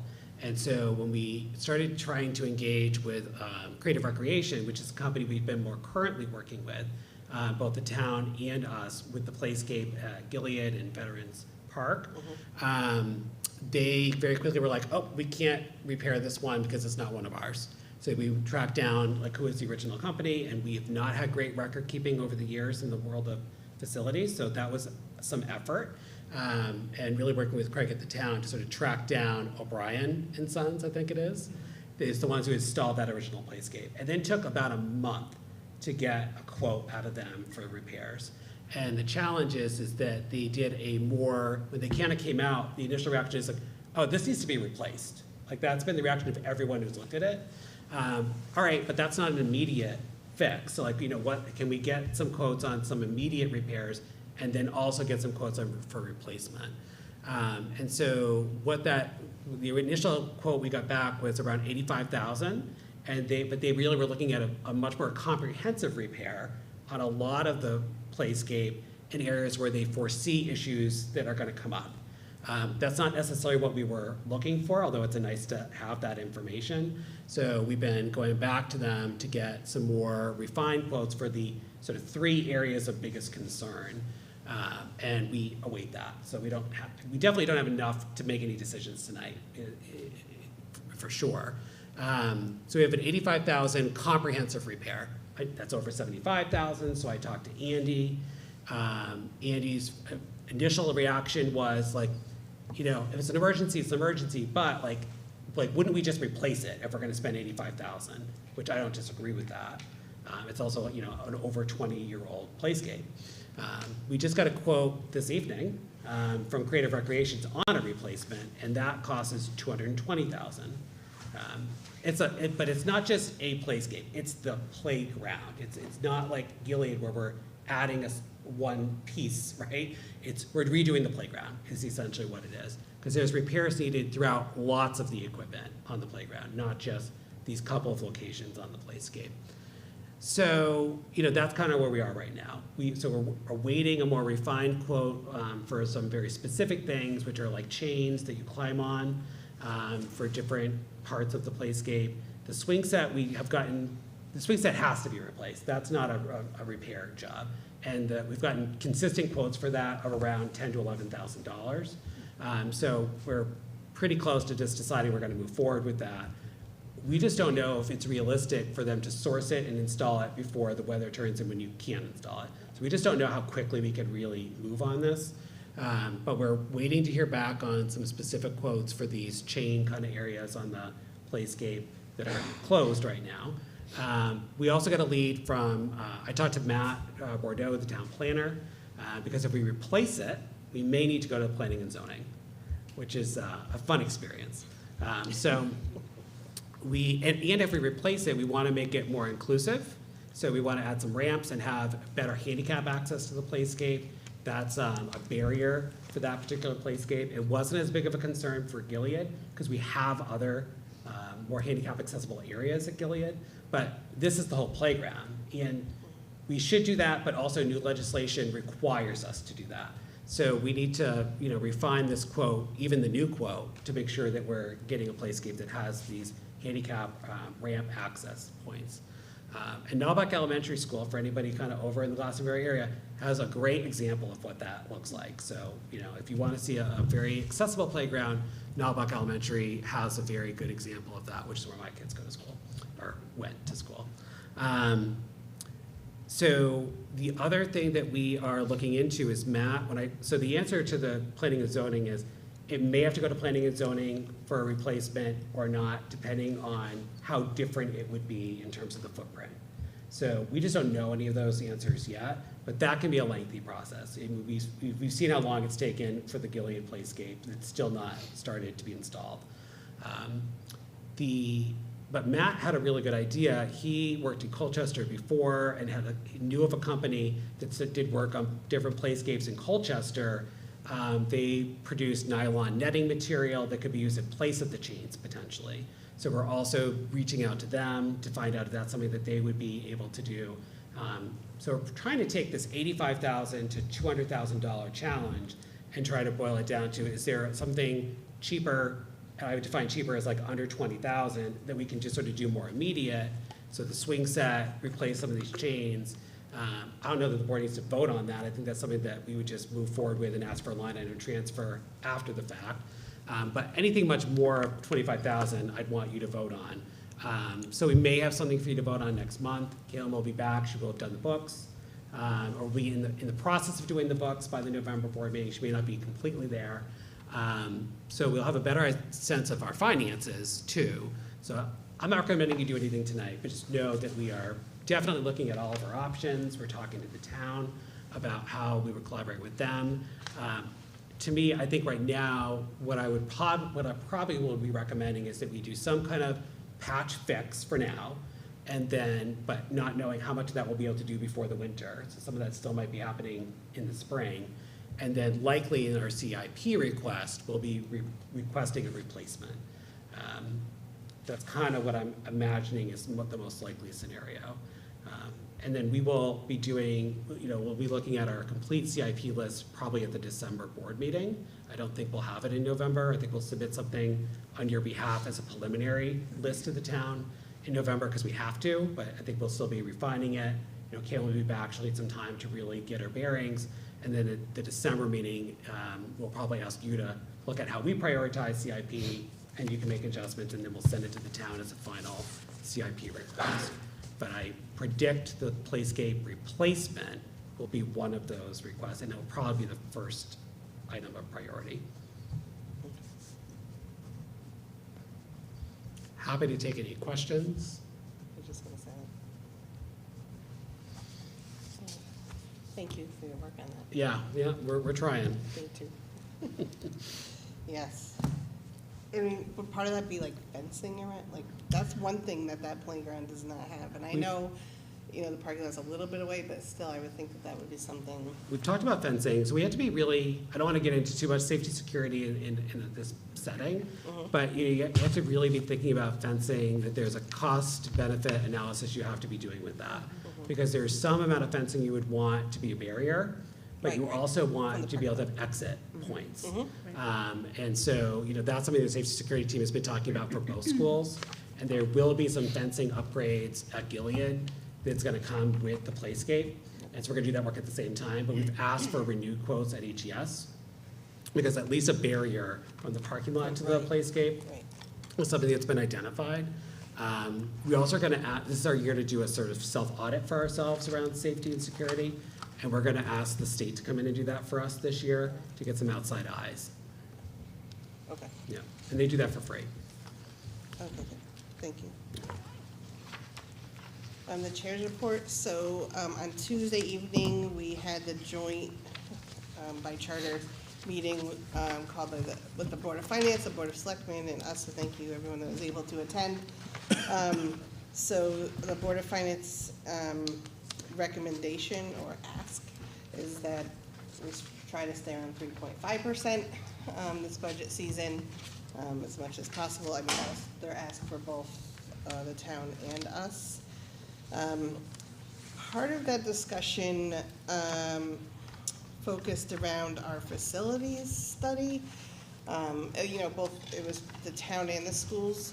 The schools, and correct me if I'm wrong, but around, you know, the draft study that came in showed around $55 million in repairs that have to happen like at both schools.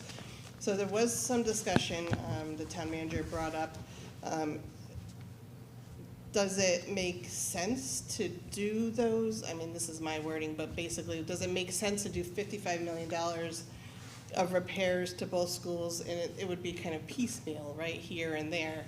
Or does it make sense to go forward with a new school building or buildings?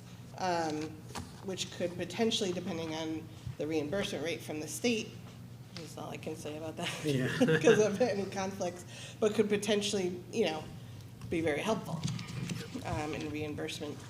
And so I think that's a discussion going forward. There's a lot of discussion from like the, you know, from the Board of Selectmen chair as well, and us and Dr. Baird, the town manager, in regard to, you know, looking forward as a whole, you know, because I don't think necessarily the town's really planned a lot before for like 10 years out, 20 years out, what that looks like. You know, and the town manager, you know, made a point, and he's correct, that these schools are old and they need work. So I think more discussion will be had on what's the best direction to go. Would it be like to have a new facility in a different location? Could this potentially be used, or one of the schools potentially be used as a town building instead and rebuilt? So I think that's going to be ongoing discussions. Obviously not something that's going to probably be decided this budget season, but definitely some talk there, because there are so many needs. And can I add? Yeah, sure. I think one of the biggest challenges is to continue to pick off projects one by one is not a good use of time for our staff or the town staff. It's just not as, it's overwhelming, and it's all the time. And so it's a huge amount of time and resources that are devoted towards the way that we're approaching it right now. And you're not gonna get state reimbursement on a lot of those projects. We're not getting state reimbursement on replacing our clocks in PA right now, but if we were doing a renovate as new, where you would do that kind of work, you would be getting reimbursement on that. Yes. So the town is paying a higher, it's gotta pay a higher cost towards work if you're continuing to pick it off one by one.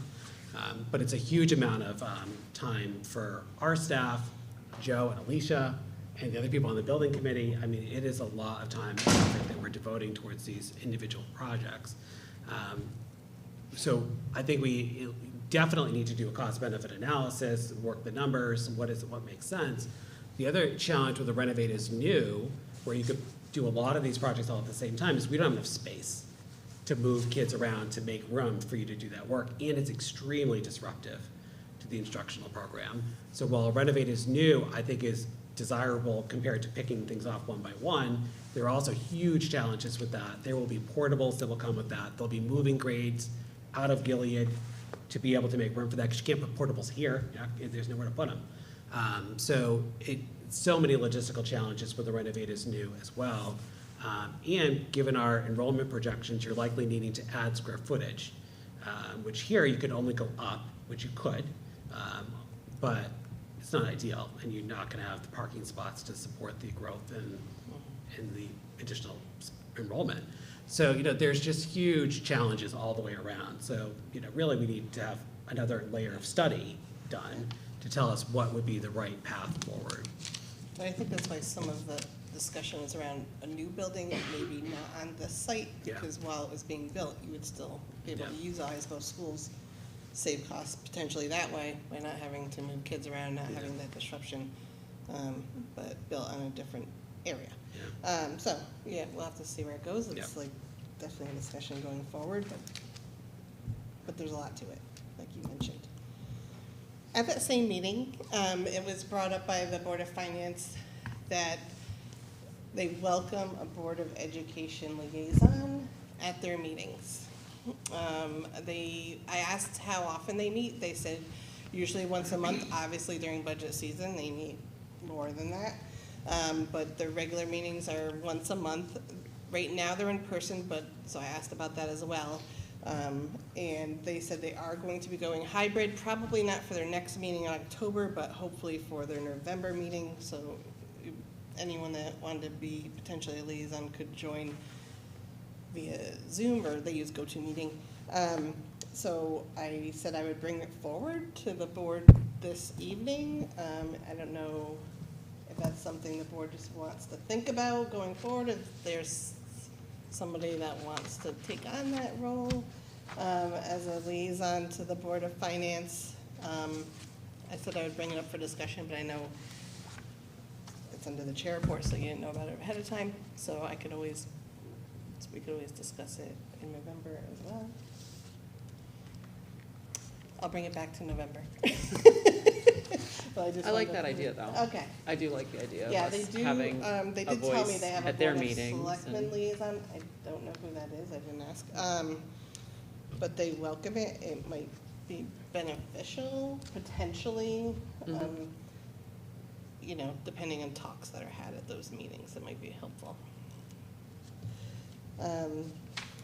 The only other thing I have is just a reminder of the November 13th Charter Review Commission meeting, because those are all boards as well. So we invited Board of Selectmen, our board, Board of Finance, Town Manager, Dr. Baird, Caitlin, Lori, Finance Director for the town, just to have some discussion around bifurcations on there. Filling vacancies is another topic. So if you're able to attend, if they are also available via GoToMeeting, although if you could go in person, that'd be great. But either way, if you could attend, that'd be wonderful. It's at 7 o'clock on November 13th. And that is all I have. Before we switch Oh. to there, can I add Yeah. one thing, just thinking back to the liaison piece? I also see value in it. I'm curious if it, because everyone's here, plate is overflowing, so to add another meeting to another night, I I wonder know. if it could be a rotational I was thinking that basis too, if we don't to- have someone who's just ready to Right. commit to the whole thing, but I know then you don't have the same person at the Yeah. meeting, but at least you have representation. Yeah, that's not a, Just a actually, that's thought not a bad idea. to Yeah, talk if about for next somebody, time. it is a lot. I know we have our own subcommittees and we have negotiations and, we have budget coming up. Mhm. So we'll be meeting every week, in January, potentially February. Yes, yeah, that's not a bad idea. So we could talk about it again. I mean, in November, everyone can think about it and, yeah, I'll put it on there for November. Okay, Or great. I'll bring it up in chair report. Thanks. Superintendent report? Sure, I'm going to give you some highlights, and I'm going to talk about a couple things that are not on the, didn't make it into the report. Katie and I were at a accreditation visit for NEASC last week in Townsend, Vermont. It's a very small district. It's actually like a subset within the district, kind of. And 2 elementary schools, very small, 100 students and 80 students. And then their middle high school, which had, I want to say around 300 students or so. It was a very interesting process to go through. One of the reasons that I was particularly interested in looking into NEASC accreditation is I just frankly wasn't aware until a couple years ago you could do an NEASC accreditation at a middle and elementary and district level. I've always thought of it as a high school thing. So that I was just very intrigued at that idea. And also, you know, Dr. Baird mentioned he's been here for 8 years. You've got an admin team that's been here for a while. And at some point, having some fresh outside eyes could be useful for, you know, us to do our own sort of self 360 review, and then other people to come in and confirm, because that's basically what the visit is confirming the self report. So it's similar to like what they're doing with the NIAC accreditation for preschool. I think I'll speak for both of us, but feel free to chime in. I think we both left feeling like it was a very interesting process, and it was making us reflect and think about some of the things in our own district, but not ready to commit to go through the process ourselves, and we'd want to see some other districts. So I know for myself, I'd want to participate in another 1 or 2 visits before I would know if we'd want to invest both the time and the resources to do a self-study. It would be a significant amount of work, but also the monetary resources to go through that process. And we were really thinking that this might be something we would pursue in 2 or 3 or 4 years from now. So not something we need to come to kind of any conclusion about right now, but just it was a very interesting process to go through. Some other highlights here, speaking of accreditation, we're planning for the preschool accreditation. I use a very royal we because it's really Katie and her team. They have given us the window of November 4th through the 22nd, and the tea leaves are saying probably November 4th, which is, day before Election Day, so that'll be very interesting. Monday morning. So we shall see. So probably by next meeting, it'll probably have happened. So I'll let you know how that goes. We talked a little bit about budget earlier tonight, but we are definitely in the beginning planning stages of the budget. We have right now focused really at your request at looking at our preschool enrollment needs in that program, but dovetail with that our special education enrollment needs and how those two things work hand in hand. So we'll be presenting on that piece of the budget at our next board meeting and asking for some direction for what you'd like to have us include in the actual budget proposal. Also at that meeting, we'll be looking at the enrollment projections. We actually just got them this afternoon, so we will definitely have them for the November board meeting for you to begin to think about sections and class size and what you want to see us put in the initial budget proposal in regards to that. So again, more conversation to have, but really a focus on preschool in special education at the next meeting. Sort of making some preliminary decisions that then you'll follow up on when you do your full budget deliberations. Kind of going down to technology, facilities, and food service. I don't remember if I reported on this last month, but we met with Craig Bryant, who is the Parks and Rec Director, around the repairs we talked about earlier for the playscape, but also like long-term landscaping, needs and wants. We have a lot of mulch, and mulch is expensive, and so can we be going to some more native plantings and some other options?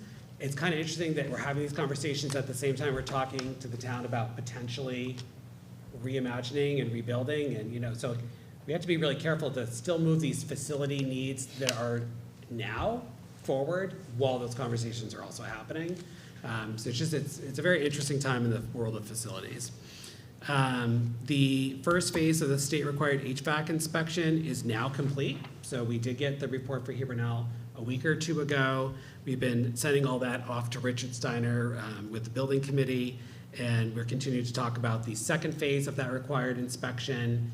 That's one of the things that Dave and I are probably going to come back and ask you to think about in terms of funding, maybe sooner rather than later, rather than build it into next year's budget. So, there's a lot happening in the world of HVAC right now. We're also, I don't know if you've been following the news, but, one of the high schools in Wallingford has been closed for a couple of days because of lack of heat. We've been in that similar kind of position before. So Dave and I have been talking about our level of comfort around the state of our HVAC systems. And in the past, we've had facility directors who have felt like comfortable with it not being in a great state, and that we can tinker as we need to tinker and kind of keep it moving along until we do the bigger project. Dave and I maybe have a different feeling about our level of comfort at the state of the HVAC, even in the midst of moving forward with a bigger renovation of our HVAC system. So we're looking and talking to the people that service our systems, but also the building committee. We'll be definitely talking about that next Monday at the building committee. There's a consultant we're working with who's done successful HVAC renovations across the state. So we've got some expertise to give us advice. But we may be coming in asking you to fund some things around HVAC, even in the midst of this bigger HVAC project that's happening. And that's really about wanting to feel more confidence that we can have school every day and not be closing because of heating issues, which there's an economic impact to that, to the community when we are closing school. So more to come on all that. We're getting closer and closer to fully implementing our new facility structure. We are still looking for a new custodian. Our custodian fell through, so we are continuing to look for a new custodian. So if you know anybody who's looking for a second shift custodian job, definitely point them in our direction. But we are getting closer and closer. We talked about those building walkthroughs before, so those have begun. Something else that I just want to put on your radar is that we kind of talked about this in other budget seasons, but we are, Katie is leading up a group that's going to be looking at reimagining the courtyard here at Gilead, which is a lot of plantings that have reached end of life and needs a refresh. And we also remember originally when we were planning an additional playscape area for Gilead, it was for preschool. And so it fits into that preschool conversation we've been having. So there's still a need to invest in some additional outdoor play space and be thinking about the legislation around play-based learning, and wouldn't it be great to do some of that outside? So we're really looking at completely rethinking that courtyard and making it into a very active outdoor play area, but not with a playscape. It would be a more natural kind of creation. But we did inquire with the state about some federal grant funds that we have available to us if we could use it towards that project. And we were happily told yes. I wasn't sure if that would be allowed. So we are thinking that we'll have some significant grant funds to put towards this project.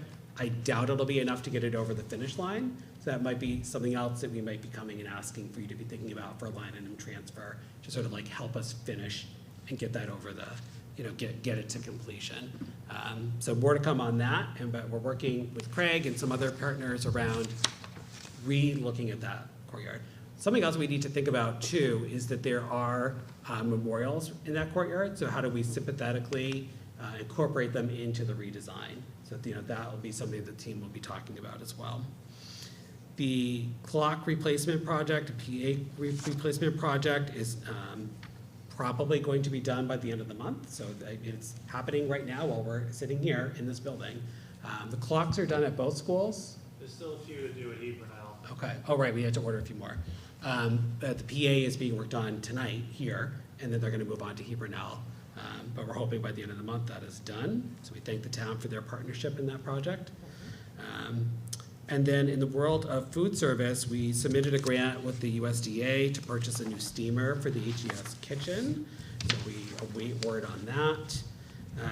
And then other items of interest here. So the first one, we had a person, anonymous parent donation for some new soccer goals at HES. They were really in need of replacement, and a parent came forward with that, but wanted to remain anonymous. So I'm just making you aware, because our board policy requires I make you aware of a donation of that level. So we thank that individual. We do. That's very kind. Yep. Thank you. We have our calendar committee happening next week. Allie is going to be attending that. You're not going to see a lot of changes, at least in the initial draft. It's going to look very familiar. So we'll be talking more about the calendar at the next board meeting and looking for you to potentially approve the academic calendar and your board meeting calendar for 2025.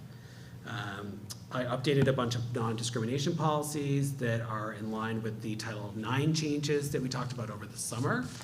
So one of the things that's required under the new Title IX guidelines is that any grievance or appeal has to follow whatever your appeal or grievance procedures are for your other non-discrimination policies. So what Shipman did is they made it consistent across all of the policies what those grievance procedures would be. So that's what this series of updates, it sort of goes hand in hand with Title IX. There was another batch of legal updates that we are working on now, and I anticipate sending those out to you likely next week, that are on a potpourri of other policies. But these were all related, so I did these as a group, just to make it a little bit more digestible. And the last thing is not on my written report, but we did have our safety security meeting, our first one of the year, on October 1st. And we are in the midst of finalizing the updates to our safety and security plan. The updates this year were very minor. I'm not going to get into detail about those here at this meeting because of the public setting. But we are looking to submit that to the state next week. It's required to be submitted by November 1st. But we are chasing one more signature before we're able to submit that, but we are pretty much ready to go. And I'm happy to take any questions on any and all of those topics. Anyone have any questions? I have a question. Yes. Statement, I obviously have besides being on this board, I also serve as the president of the Ram Youth Soccer Club. So I would like to thank whoever parent that was or whoever donated that. That's fantastic. Were there already goals at Hebron Elementary, soccer goals? Yeah, these were replacing ones, yeah. Okay. Yeah. All right, I wasn't even aware. I know, I've heard that kids play soccer at recess, but I wasn't sure that there were goals, so that's great. Yep. Hebron soccer is a big deal. A big deal. Recess soccer is a big deal. Okay. Yeah, I've heard that.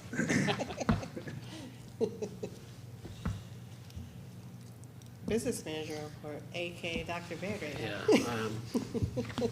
Definitely don't want to hire me as your business manager because I'm holding down the fort. Actually, I spoke to Kaylin the other night, and she's doing well. She's doing some work from home remotely, and with a focus mostly on finance and just continuing to try to keep up with balancing with the town, although we're not up to date with that, but she's just sort of chasing it from like when she first was out. The plan is her return date is November 6th, and we're basically gonna tell people, like, pretend she's still out. She's gonna go in, she's gonna close her door, she's gonna focus on this year finance and like finishing balancing the checkbook, I call it. We know there are some things that have come in over budget, and we know some things that come in under budget, but we just need to get a good sense. I'm hoping that's for the November board meeting, but I'm not gonna promise it, so that we can begin to make some decisions about some other needs for this year and wants for this year. And so for the most part, she's kind of like, just be in her office doing that, and I'll be available. Trish, our payroll and accounts payable person, and Rachel Covetta, our HR person, will be very available to answer her questions as she's doing that. 'Cause some of it's just personnel movement that's happened. And then after that, she's gonna then pretty much be still locked in her office creating next year's budget. We're just gonna like be handing over all of our prep work for that, and so she'll be doing that. So I'll continue to head up operations probably through November, and then begin to hand off food service and other areas. And like we talked about before, I'll probably keep facilities and technology for a while. Also, because I just feel like I need to be more in the middle of it with everything that's going on in the world of facilities. So all that's to say, you can see our bottom line is still healthy. Where you see overages is in the technology salary line because HM pays us for a portion of that, so it's a deficit until we get payment. And also our special education outplacements is over budget because we've not received state reimbursement, and we don't get that until the spring. But we are right now, we budgeted for 4 outplacements and we have 3. So there will be potentially some savings. It may not stay 3 all year though, so we're still watching that.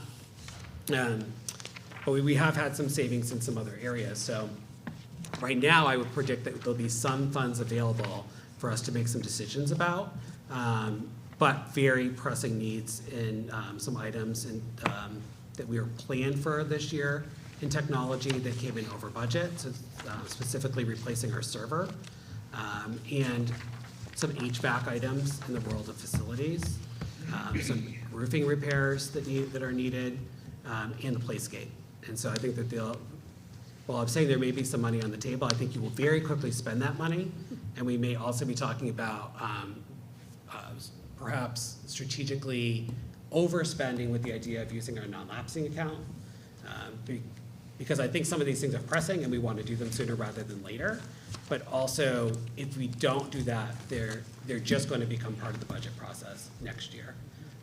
So begin thinking about that, like your comfort level with the amount of money that's in the non-lapsing account and how much we may want to use or not. That'll be something for the board to be sort of, I think, deciding in the next couple of months.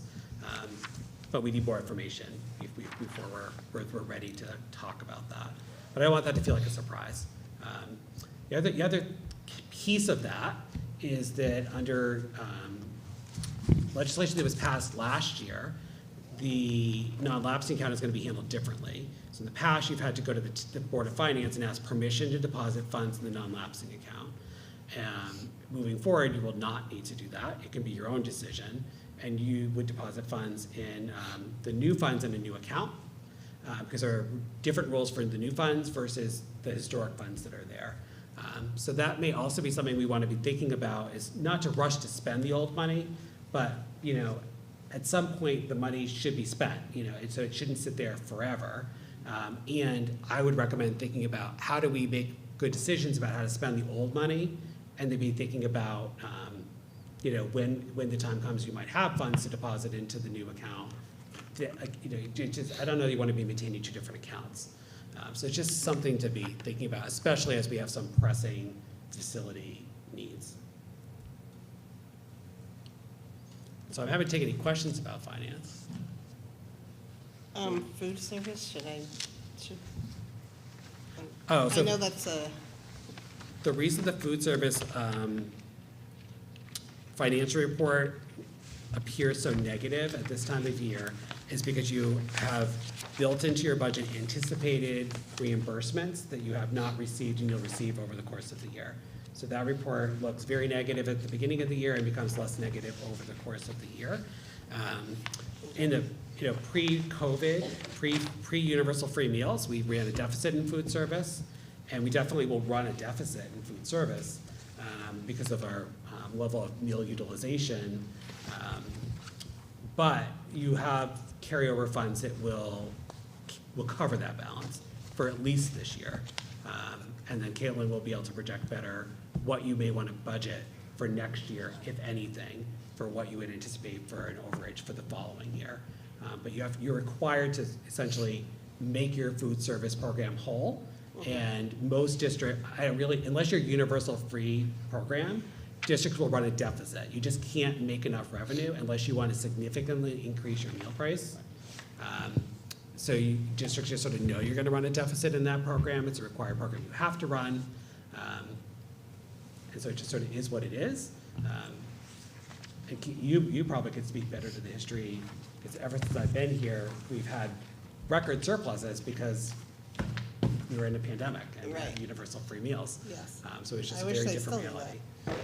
Yes, I mean, we were in Vermont, which has universal free meals. I was talking to Lisa Bennett, our food service coordinator, our manager today about this, and it was very interesting. Now, 80 kids in this school, and I think there were 3 people working in the lunchroom, and we have 2 for 325 kids, 350 kids. So very different staffing structure, and a larger kitchen with proper equipment. But they basically were a scratch kitchen, making all the food. Really? And so you walked in, you smelled the cinnamon buns. They were made by scratch, and it's just very, very different. But Kids with a probably love it. universal free lunch program, a free breakfast program, you can afford to. I mean, we were we would be moving in that similar direction if we were universal free. We were able to invest a lot of money in proper equipment in our kitchens. Remember, we didn't even have a dishwasher in one of our kitchens. So we installed a dishwasher, added air conditioning to the kitchens, like our hottest spaces in the building. What we could do if we were universal free is night and day. And there have been conversations in the state to do that, but just be very aware that where that went last year or the year before when it was being proposed was the governor saying, yes, I support that, and the towns will pay for it. Right. And the reason he was saying that is because the large cities, Norwich, where I was before, you're universal free. The federal government's paying for that. Right. The state's not paying for that.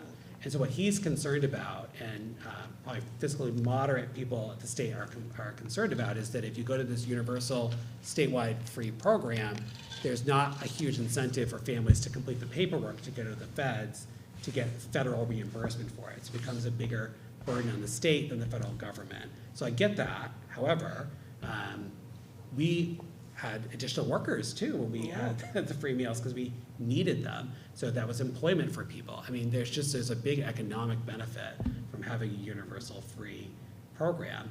But I don't know that you want to start factoring into your own local budget the cost of that, which would be significant. Yeah. Or maybe you do. Can I ask you a question, or maybe it's to Mr. Larkin, or maybe it's to Caitlin when she returns? Yeah. So when sixth graders leave and go to RAM and they have a balance in their food account, right, their families, they fund, I forgot what it's called here. Yeah. Do they get refunded? I know they have the option to donate it to back Yeah. to the district for other students' lunches, or does it follow them? All three of those options. Okay. So for the majority of School people, bucks? just transfer it up. Okay. Yeah. And we've run into glitches sometimes with that. And sometimes then we'll just reimburse, just cut them a check, because we converted our system a year or two ago, and then it didn't talk well but it was weird. Most families it went just fine, but there were a couple where it didn't, so we just issued a refund. But they do have the option to donate. Okay, Yeah. thank you. Any other questions? Maybe we could talk about it now or maybe next month, but can you remind me how much is in the non-lapsing account? 228,000. 228. Yep.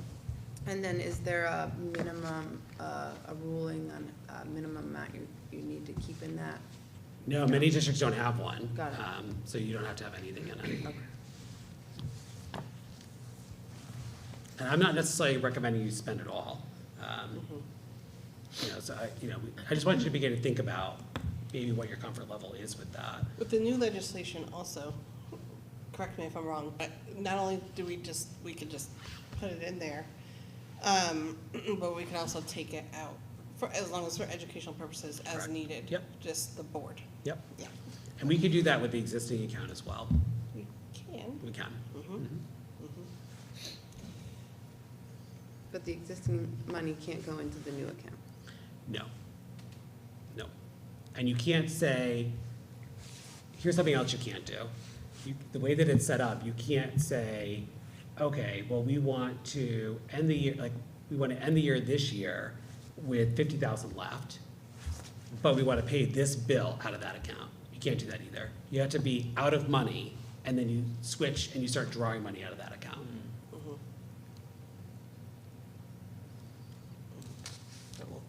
The one way.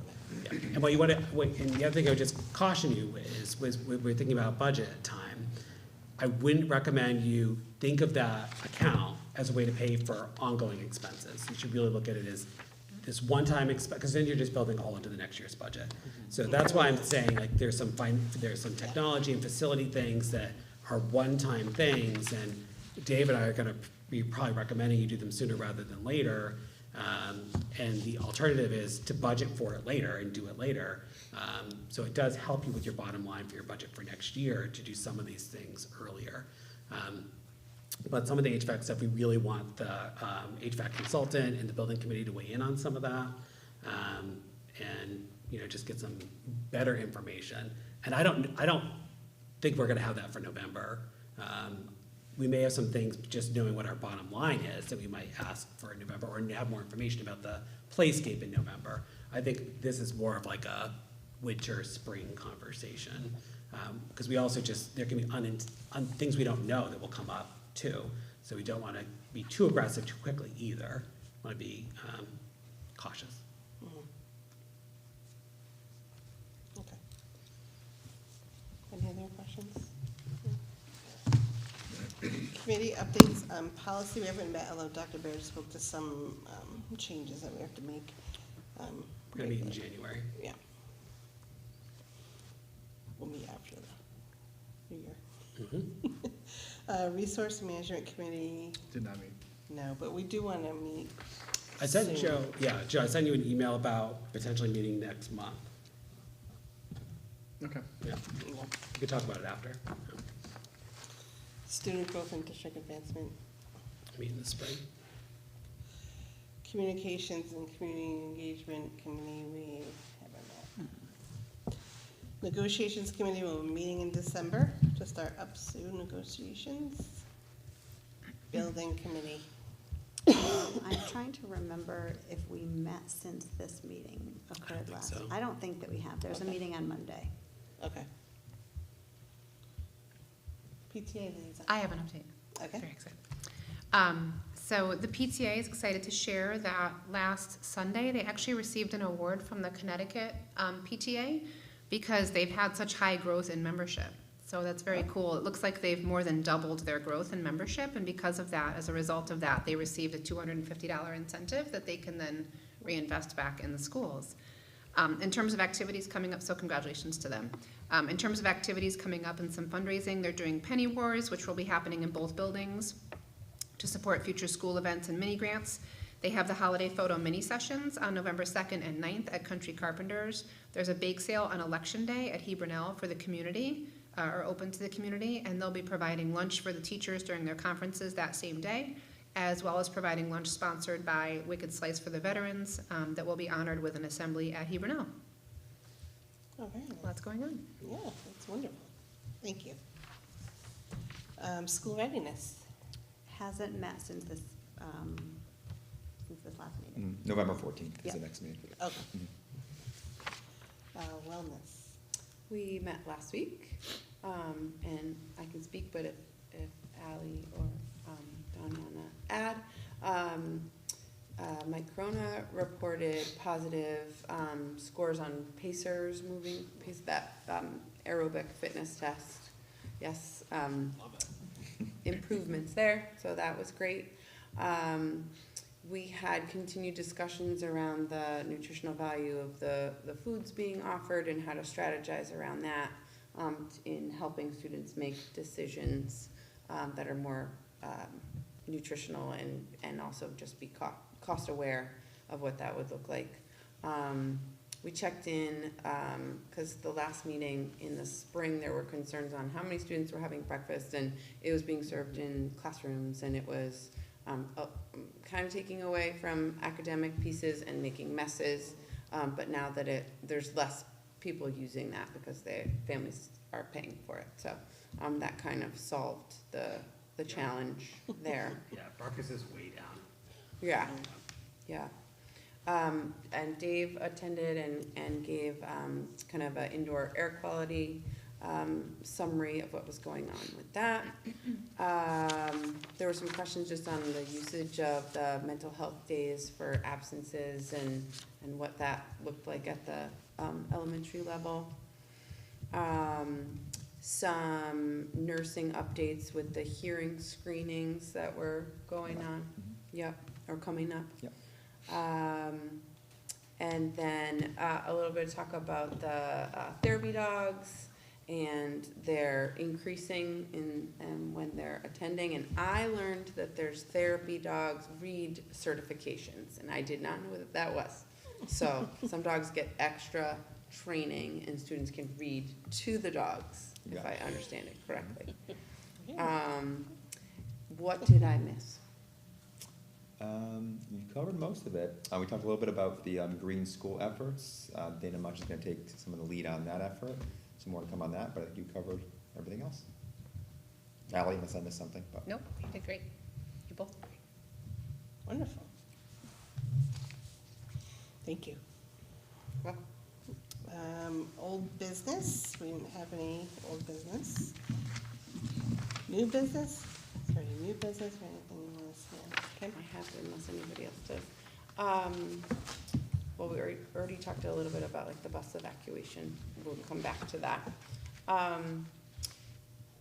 Can we talk about what I need now, like win time, what that looks like at HES, and just so we have an understanding of when the history of it and when it started and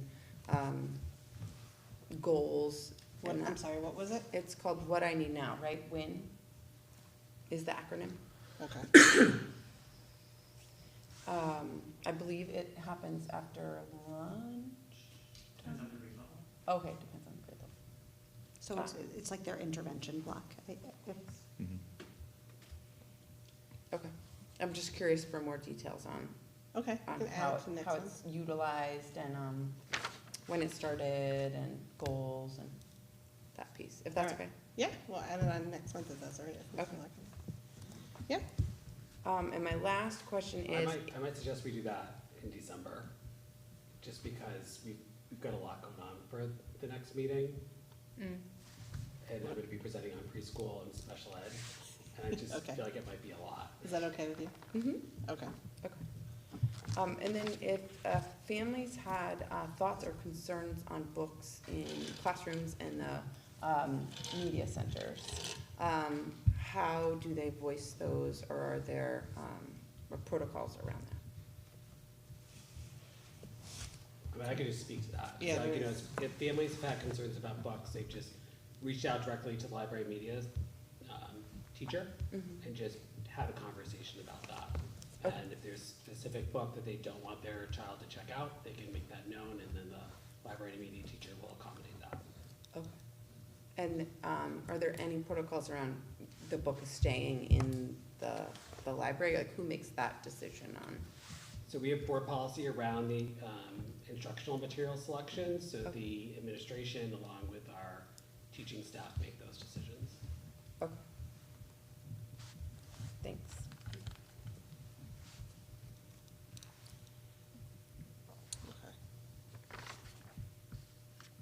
That's everything. Okay. Does anyone else have anything they'd like to say? I have something, I don't know if it would land under new business or board comments, but there are, and I don't even know if there's anything we can do about it. There are a lot of parents who have kids in unsafe car, like where they're sitting in the car. We've got kids in booster seats and front seats at pickup, and any kid getting picked up or dropped off at either one of the schools likely isn't old enough to be in the front. Kids that aren't in car seats. Is there anything we can do as far as, I know we can't enforce anything, but anything we can do as far as reminders about the state laws around car safety and regulations for kids? We've given those kind of reminders before, and we can add it to our Friday updates. Okay. It is a challenge. It is, and there's nothing we can do about it. It's not like we can ask Officer Tom to be like, He has followed up with families. has he? Yeah, Oh, I was good. just gonna ask that, because I feel like that happened before. Yes. Yeah, Okay, cool. Yeah. Cool. but he probably doesn't notice, I mean, able to notice everyone that. yeah, Absolutely. Yeah, Abs- but. When he's trying not to But if get he hit by could cars on follow up, 85. it is important, yeah. It's a tricky thing, because we want to maintain good, positive relations with our families as well. And getting the police involved can be a tricky thing, but we can provide some additional reminders. Cool, thank you. Maybe it doesn't have to be the schools necessarily, but the town, maybe somebody could offer, like, you know, they have trainings The car seat. of how to, like, put your car seat in. Yeah. Maybe we could have a community event, that would be helpful. You know what I mean? It doesn't have to be us. Maybe it's something we could ask, you know. All right, it's a thought. Because I don't like hearing that. It's very bothersome to see. Yes, agreed. Yeah. And I do think that folks that will come in and do the training, not that, will do it for free. Like, I don't think we have to, so maybe I it's think the something. fire department has done that before. Yeah, probably. Yeah, the fire department, yeah, or even the police department. Even, well, nobody's gonna, probably DC have to come and do it, but, so maybe that's not a good idea, but they do it as well. Are we allowed to, I know this isn't on the agenda, but are we allowed to, for example, like on election day, have materials out that people might happen to walk by? Do you know what I'm saying? So like the Safe Kids, like those types of, even like a visual, like something like just as a reminder? Because there's gonna be a lot of traffic coming through on election day. It's in the school. Is that something that we're allowed to have on a display? I don't know. I think if it's not political, you can, because I know there, like, we can't put political signs up in the school, Yeah. but I think something non-political, I mean, Like, even if it's a we'll just tack it table- onto the Girl Scout sign, whatever. What if they it's do. a table blocking, like, The Girl the Scout cookies? hallway? You know how, like, there used to be a block, so We put up artwork last people year. that couldn't, Yeah, right, I we put up loved that. artwork. I know, I loved that. I But love we the could have the artwork. table Not- blocking so people don't walk down the hallway. I don't know, just thought. I don't even know that we could get material in time for that, but, I'll get it. I would volunteer to get it. okay. I really would. If we were able to, and I don't know if you want to partner on it or whatever, I'm happy to, you know, what I mean, that would be really fun, but honestly, like, there's gonna be so much traffic coming through there, and it's like 5 minutes from now. It's Yeah, I just mean, if you want to something. drop it off at central office, then you Yeah. can take a look at it, yeah. I do think a training would be good though. Not that it has to be a school-based training, it should be a community event, Yeah. because a lot of it is like kids younger too. Okay, great. Board comment. Some of those fine. Any other board comments? All right, can I have a motion to adjourn at 8:12 PM? So moved. Joe, is there a second? Second. Okay. All in favor? Aye. Opposed, abstentions, all right.